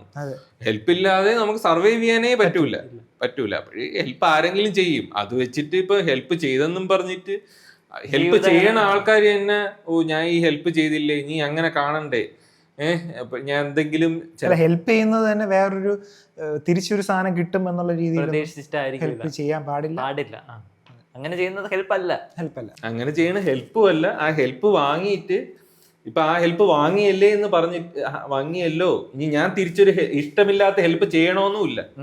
നമുക്കത് ഒരു ഹെൽപ്പ് വാങ്ങിയെന്നും പറഞ്ഞ് നമുക്ക് ഇഷ്ടമില്ലാത്ത ഒരു ഹെൽപ്പ് ചെയ്തു കൊടുക്കേണ്ട ആവശ്യമില്ല. ഇപ്പൊ ഒരു ഫെയർ അല്ലാതെയും ഒരു ഇത് നമ്മളെ ഡിഗ്നിറ്റിയെ ബാധിക്കുന്ന ഒരു ഹെൽപ്പ് ഒന്നും നമുക്ക് ശരിയല്ല എന്ന് തോന്നുന്ന സാധനം നമ്മൾ ചെയ്യാതിരിക്കുക. അതിൽ ഇമോഷണൽ ആയിട്ടോ അത് ഭയങ്കര ഗിൽട്ടായിട്ടോ ചിന്തിക്കേണ്ട ആവശ്യമില്ല. നമുക്കിങ്ങനെയാണ് നമുക്കിത് പറ്റില്ല എന്ന് പറയണം. അതാണ് ഏറ്റവും നല്ലത്. ആൾക്കാര് മാനിപ്പുലേറ്റ് ചെയ്യാനും അങ്ങനെയൊക്കെ ഒരു ശ്രമമുണ്ട്. എന്ന് പറഞ്ഞു കഴിഞ്ഞാൽ ഈ ഹെൽപ്പ് ചെയ്തിട്ടില്ലേ ഒരു ട്രാപ്പിലാക്കും. അപ്പോഴതിലൊന്നും കയറി പെടാതിരിക്കണേന് ഏറ്റവും നല്ലത്. പെട്ടാലും നമുക്കൊരു ഇത് വേണം, ആ ഒരു ഇമോഷണൽ കൺട്രോൾ ചെയ്യാനും ആ ഒരു ഇത് മാനേജ് ചെയ്യാനും. എന്ന് പറഞ്ഞു കഴിഞ്ഞാൽ നമുക്ക് ഇങ്ങനെ സഹായം, അതായത് നമ്മള് ഗ്രാറ്റിറ്റ്യൂഡ് കാണിക്കാതിരുന്നിട്ട് അവസാനം നമ്മൾ വിഷമിച്ചിരിക്കുന്നു. അല്ല, അത് ചെയ്തു കഴിഞ്ഞാൽ ചിലപ്പോൾ നമുക്ക് ഭയങ്കര വിഷമമായി പോകും. നമുക്ക് നമ്മുടെ മനസാക്ഷിയോട് തന്നെ നമ്മൾ ചോദിക്കാം, അത് നമ്മൾ ചെയ്യണമായിരുന്നു, ഇത് ഇങ്ങനെ ആയിരുന്നു എന്നൊക്കെ നമ്മൾ തന്നെ ചോദിക്കും. നമുക്ക് സമാധാനമായിട്ട് കിടന്നുറങ്ങാൻ പറ്റുന്നുണ്ടോ അത് ചെയ്യാം. അതെ. ഇപ്പൊ ഈ സിനിമയിൽ വരുന്നുണ്ടെങ്കിൽ ഈ കടപ്പാടെന്ന് പറയുന്ന ഒരു സാധനം നമ്മുടെ ഷമീ തിലകനുമായിട്ട് ഒരു കടപ്പാടുണ്ടെന്നാണ് പുള്ളിക്കാരൻ വെച്ചിരുന്നത്. അതിനെ എതിർത്ത് ഇല്ലാതാക്കുന്നത് വെച്ചിട്ടല്ലേ നമ്മുടെ സിനിമ തീരുന്നത്. ആ ഒരു പൊളിറ്റിക്സ് ആണ് ഇതിൽ പറയണ. അതില് നിവിൻ പോളിയുടെ കുഞ്ഞമ്മയും നിവിൻ പോളിയും കൂടെയാണ് അത് മൊത്തത്തിൽ നിന്റെ സഹായം വേണ്ടടാ, നീ ഇത് കൊണ്ടുപോക്കോ, ഇറങ്ങിപ്പോക്കോ, വീട്ടിൽ നിന്ന് ഇറങ്ങിക്കോ, എന്റെ മണ്ണിൽ നിന്ന് ഇറങ്ങിപ്പോക്കോ, വേണമെങ്കിൽ ചെയ്തു വെച്ചാൽ എല്ലാം എടുത്തോണ്ട് പൊക്കോ, അങ്ങനെ എന്തോ ഡയലോഗ് അടിക്കും. മൊത്തത്തിൽ റിജക്ട് ചെയ്യും. അത് ആൾക്കാരും കൂടെ ഇരിക്കുമ്പോ തന്നെ അതവർക്ക് പറഞ്ഞ് സെറ്റ് ആവും. എല്ലാ കാലത്തും എല്ലാവരുമായിട്ട് കടപ്പെട്ടിരിക്കേണ്ട ആവശ്യമില്ല എന്നുള്ളൊരു സംഭവമാണ് ഇതില് അതാണ് കാണിക്കുന്നത്. അതുപോലെ ഈ നിവിൻ പോളിയുടെ ട്രാൻസ്ഫോർമേഷൻ ഉണ്ടല്ലോ, അതായത് ഈ ലേസി ആയിട്ടും അൺഎംപ്ലോയിഡ് ആയിട്ട് ഇരുന്നതിൽ നിന്ന് പിന്നെ ഒരു കർഷകനിലേക്ക് മാറുന്ന ഒരു ട്രാൻസ്ഫോർമേഷൻ. ആദ്യം ഈ ഫ്രസ്ട്രേഷനും ഇതൊക്കെ ഉണ്ടായിരുന്നിട്ടും പിന്നീട് ഒരു പോയിന്റ് എത്തുമ്പോ പുള്ളിക്ക് അതെ അതങ്ങ് മാറും. സ്വന്തമായിട്ടൊരു സാധനം ഉണ്ടാക്കണം, ഒരു പദ്ധതി സ്വന്തമായിട്ടൊരു പ്ലാൻ ഇല്ലെങ്കിൽ ബാക്കിയുള്ളവരുടെ പ്ലാനിന്റെ ഭാഗമാവും എന്നുള്ള ഒരു തിരിച്ചറിവ് വന്നപ്പോഴത്തേക്ക്, കാരണം നമുക്കൊരു അംബീഷനോ നമുക്കൊരു ഗോളോ ഇല്ലെങ്കിൽ ബാക്കിയുള്ളവരുടെ ഗോളിനനുസരിച്ച് നമ്മൾ പോകേണ്ടി വരും. അങ്ങനെ ഒരു തിരിച്ചറിവ് വരുമ്പോഴാണ് പുള്ളിക്കാരൻ കൃഷിയിലോട്ടൊക്കെ ഇറങ്ങുന്നത്. പുള്ളിക്കാരന്റെ പുള്ളിക്കാരന്റെ അച്ഛനൊക്കെ കർഷകനായിരുന്നു. പുള്ളിയുടെ സ്ഥലത്ത് തന്നെയാണ് പുള്ളി കൃഷി ചെയ്ത് ജൈവ കൃഷി ചെയ്ത് പുള്ളിക്കാരൻ തന്നെ ഒരു സ്റ്റോർ ഇട്ട് അത് വിൽക്കണം. അങ്ങനെയാണ് ആ കഥ തീരുന്നത്. അത് കുറെ ആൾക്കാർക്ക് സത്യം പറഞ്ഞാൽ ഒരു ഇൻസ്പയർഡ് ആണ് സാധനം. നമ്മളിങ്ങനെ ഈ ഒരു ബ്ലോക്ക് ഒരു പുള്ളിക്കാരന്റെ ഒരു ഗോള് നഷ്ടപ്പെട്ടു പോയി, പുള്ളിക്കാരൻ ഉദ്ദേശിക്കുന്ന സാധനം നഷ്ടപ്പെട്ടു പോയി. അതിൽ നമ്മൾ വിഷമിച്ചിരിക്കാതെ പുതിയതിലോട്ട് പോകണം എന്നുള്ള ഒരു സാധനവും കൂടെയാണ് ഇവിടെ പറയുന്നത്. ഇപ്പൊ ഈ മെന്റൽ ബ്ലോക്ക് ഉണ്ടെങ്കിലും കുറച്ചാൾ കഴിയുമ്പോൾ നമുക്ക് ആ ഒരു ക്ലിക്ക് വരും. അത് നമ്മൾ അങ്ങനെ ഡെസ്പറേറ്റ് ആയിട്ട് ഇരിക്കേണ്ടത് എപ്പോഴെങ്കിലും വരും. ആ ഒരു സമയത്ത് നമ്മൾ ആക്ട് ചെയ്താൽ മതി, ചേഞ്ച് ചെയ്യാൻ പറ്റും. അപ്പൊ അങ്ങനെ ഒരു സംഭവം കൂടെ കാണിച്ചിട്ടാണ് ഈ സിനിമ നമ്മൾ എൻഡ് ചെയ്യുന്നത്. അപ്പോൾ ആരുടെയും പദ്ധതിയുടെ ഭാഗമാവാതെ സ്വന്തമായിട്ട് പദ്ധതികൾ ഉണ്ടാക്കുക. അതെ, അതാണ് ഈ സിനിമയുടെ ഒരു ഇത്. നിങ്ങൾക്കൊരു ഗോൾ ഉണ്ടാക്കുക. ഇപ്പൊ അംബീഷൻ ഇല്ലാതെ, ഇപ്പം ഒരു ലക്ഷ്യവും ഇല്ലാതെ നിൽക്കുന്നത് ചിലപ്പം അൺപ്ലാൻഡ് ആയിട്ടൊക്കെ നമുക്ക് തോന്നും. പക്ഷെ അത് കാലക്രമേണ അതൊരു വലിയൊരു ബുദ്ധിമുട്ടാണ്. അല്ല, ഇപ്പൊ ലക്ഷ്യബോധം, ഇപ്പൊ ലക്ഷ്യം ഇല്ലാതിരുന്നാലും കുഴപ്പമില്ല. പക്ഷെ ചിലര് നമ്മളെ അവരുടെ ലക്ഷ്യത്തിന്റെ ഭാഗമാക്കും. അതാണ് പ്രശ്നം. അതാണ് ഇതില് ചർച്ചാ വിഷയമായിട്ട് എനിക്ക് തോന്നിയത്. ഇപ്പൊ ചില ആൾക്കാർ ചിലപ്പോ ഒരു പ്രത്യേകിച്ച് ഒരു പ്ലാൻ ഒന്നും കാണൂല. അവരുടെ ലൈഫ് സ്റ്റൈലിൽ അവരെ മുന്നോട്ട് ഇങ്ങനെ പോകണമെന്നായിരിക്കും. എന്തെങ്കിലും പുതിയ കാര്യങ്ങളൊക്കെ എക്സ്പീരിയൻസ് ചെയ്യുക, അല്ലെങ്കിൽ അതിലെന്തെങ്കിലും പാഷൻ കണ്ട്. ഇപ്പൊ ചില എല്ലാവർക്കും പാഷൻ ഒന്നും കാണൂല. ഓരോന്ന് ചെയ്തിട്ടായിരിക്കും ക്ലിക്ക് ആവുന്നത്. അപ്പം നമുക്ക് പാഷൻ ഇല്ല, ചെയ്യാനുള്ള അംബീഷനും കൂടെ വേണ്ടേടാ. ചെയ്യാനുള്ള അംബീഷൻ വേണം. പക്ഷെ ഇപ്പൊ ഒരു ലക്ഷ്യമില്ല എന്നൊക്കെ പറഞ്ഞു കഴിഞ്ഞാൽ നമുക്ക് ഇപ്പൊ ലക്ഷ്യത്തോടു കൂടി പോയി കഴിഞ്ഞാലും ചിലപ്പോ നമ്മൾ ഉദ്ദേശിക്കുന്ന സ്ഥലത്ത് എത്താൻ പറ്റിയില്ലെങ്കിൽ അത് പിന്നെ ഒരു നമ്മള് ട്രൈ ചെയ്യുക. നമുക്ക് ചുറ്റുമുള്ള നമുക്ക് ഇഷ്ടമുള്ള കാര്യങ്ങളൊക്കെ ചെയ്യാൻ പറ്റുന്നതൊക്കെ ചെയ്യാം. അപ്പം എവിടെയെങ്കിലും ഒരു ഹുക്ക് കിട്ടും, നമുക്ക് എന്തെങ്കിലും ഒരു സാധനം കിട്ടുമല്ലേ, പിടിവള്ളി. അതെ, പിടിവള്ളി വരും. പക്ഷെ ഈ ലാസ്റ്റിലെ സാധനമാണ് എനിക്ക് കുറച്ചുകൂടെ മെയിൻ ഇമ്പോർട്ടന്റ് ആയിട്ട് തോന്നുന്നത്. ബാക്കിയുള്ളവരുടെ പദ്ധതിയുടെ ഭാഗമാക്കുക, അതുണ്ടല്ലോ, അതാണ് നമ്മളെ യൂട്ടിലൈസ് ചെയ്യുന്നുണ്ടല്ലോ. ഇപ്പം ബാക്കിയുള്ളവരുടെ പദ്ധതിയിൽ എന്തായാലും നമ്മുടെ ഇത് കാണൂലായിരിക്കും, അവരുടെ ലക്ഷ്യം മാത്രമേ കാണുള്ളൂ. അപ്പൊ അതാണ് എനിക്ക് കുറച്ചുകൂടെ ക്ലിക്ക് ആയത്. ഓക്കെ, അപ്പൊ അതൊക്കെയാണ് നമ്മൾ ഈ പടവെട്ട് സിനിമ കണ്ടിട്ട് ഇതിനകത്ത് ചർച്ച ചെയ്യാൻ എടുത്ത വിഷയങ്ങളാണ്. ഇതൊരു പോഡ്കാസ്റ്റ് ആണ്, ഇതൊരു സിനിമയെ പറ്റി മാത്രമല്ല, നമുക്ക് അതിന്റെ ഉള്ളിൽ പറഞ്ഞ പല കാര്യങ്ങളും നമുക്ക് ഡിസ്കസ് ചെയ്യണമെന്ന് തോന്നി. അങ്ങനെയാണ് നമ്മൾ ഈ ഒരു പോഡ്കാസ്റ്റ് എടുക്കുന്നത്. അത് ഇന്നും ഒരു പ്രസക്തമാണ്. സോഷ്യൽ മീഡിയയിൽ ഇതൊക്കെ കാണുമ്പോഴും ഒരു ചാരിറ്റി ഇതും കടപ്പാടും അത് എപ്പോഴും ലൈഫ് ഒരു ഇനിയും അത് ആവർത്തിച്ചുകൊണ്ടിരിക്കും. അല്ല, ഈ ചൂഷണം എന്ന് പറയുന്ന സാധനം ഈ സിനിമയിൽ തന്നെ നോക്കണമെങ്കിൽ ഒരു പണക്കാരനും പാവപ്പെട്ടവരും തമ്മിലുള്ള അവരെ ചൂഷണം ചെയ്യുന്ന ഒരു സംഭവമാണ്. അത് മിക്കപ്പോഴും പണ്ടും ഉണ്ടായിരുന്നു തന്നെ. ഇപ്പൊ തൊഴിലാളികളെ ചൂഷണം ചെയ്യുന്നതുണ്ട്, ഇപ്പൊ തൊഴിലാളികൾ മുതലാളിയെ ചൂഷണം ചെയ്യുന്നതുണ്ട്. അങ്ങനെ ഉണ്ട്, എല്ലായിടത്തും ഉണ്ട് ഒരു സാധനം തന്നെയാണ്. ഈ പവർ എവിടെയാണോ കൂടുതൽ അവരെപ്പോഴും മറ്റേതിനെ സപ്രസ് ചെയ്യുന്ന ഒരു സാധനം ഇതില് പറയുന്നുണ്ട്. അപ്പൊ നിങ്ങൾ ഈ സിനിമ കണ്ടിട്ട് നിങ്ങൾക്ക് എന്തൊക്കെയാണ് തോന്നിയെന്നുള്ളത് നിങ്ങൾ അറിയിക്കല്ലേ കമന്റില്. പിന്നെ ഇന്ന് നമ്മൾ ഈ പോഡ്കാസ്റ്റിൽ ഡിസ്കസ് ചെയ്ത ടോപ്പിക്കുകളെ പറ്റിയിട്ട് നിങ്ങൾ ഈ നന്മവരങ്ങളും ഈ റീലിന്റെ ഒരു ഇതുണ്ടല്ലോ, ചാരിറ്റി ജോണർ ഒക്കെ നിങ്ങൾക്ക് എങ്ങനെയാണ് തോന്നിയത്? നിങ്ങൾക്ക് അത് ചിലപ്പോ നമ്മൾ പറയുന്നത് ഭയങ്കര ഒഫൻഡഡ് ആയിട്ട് കാരണം അവര് ചെയ്യുന്നില്ലേ?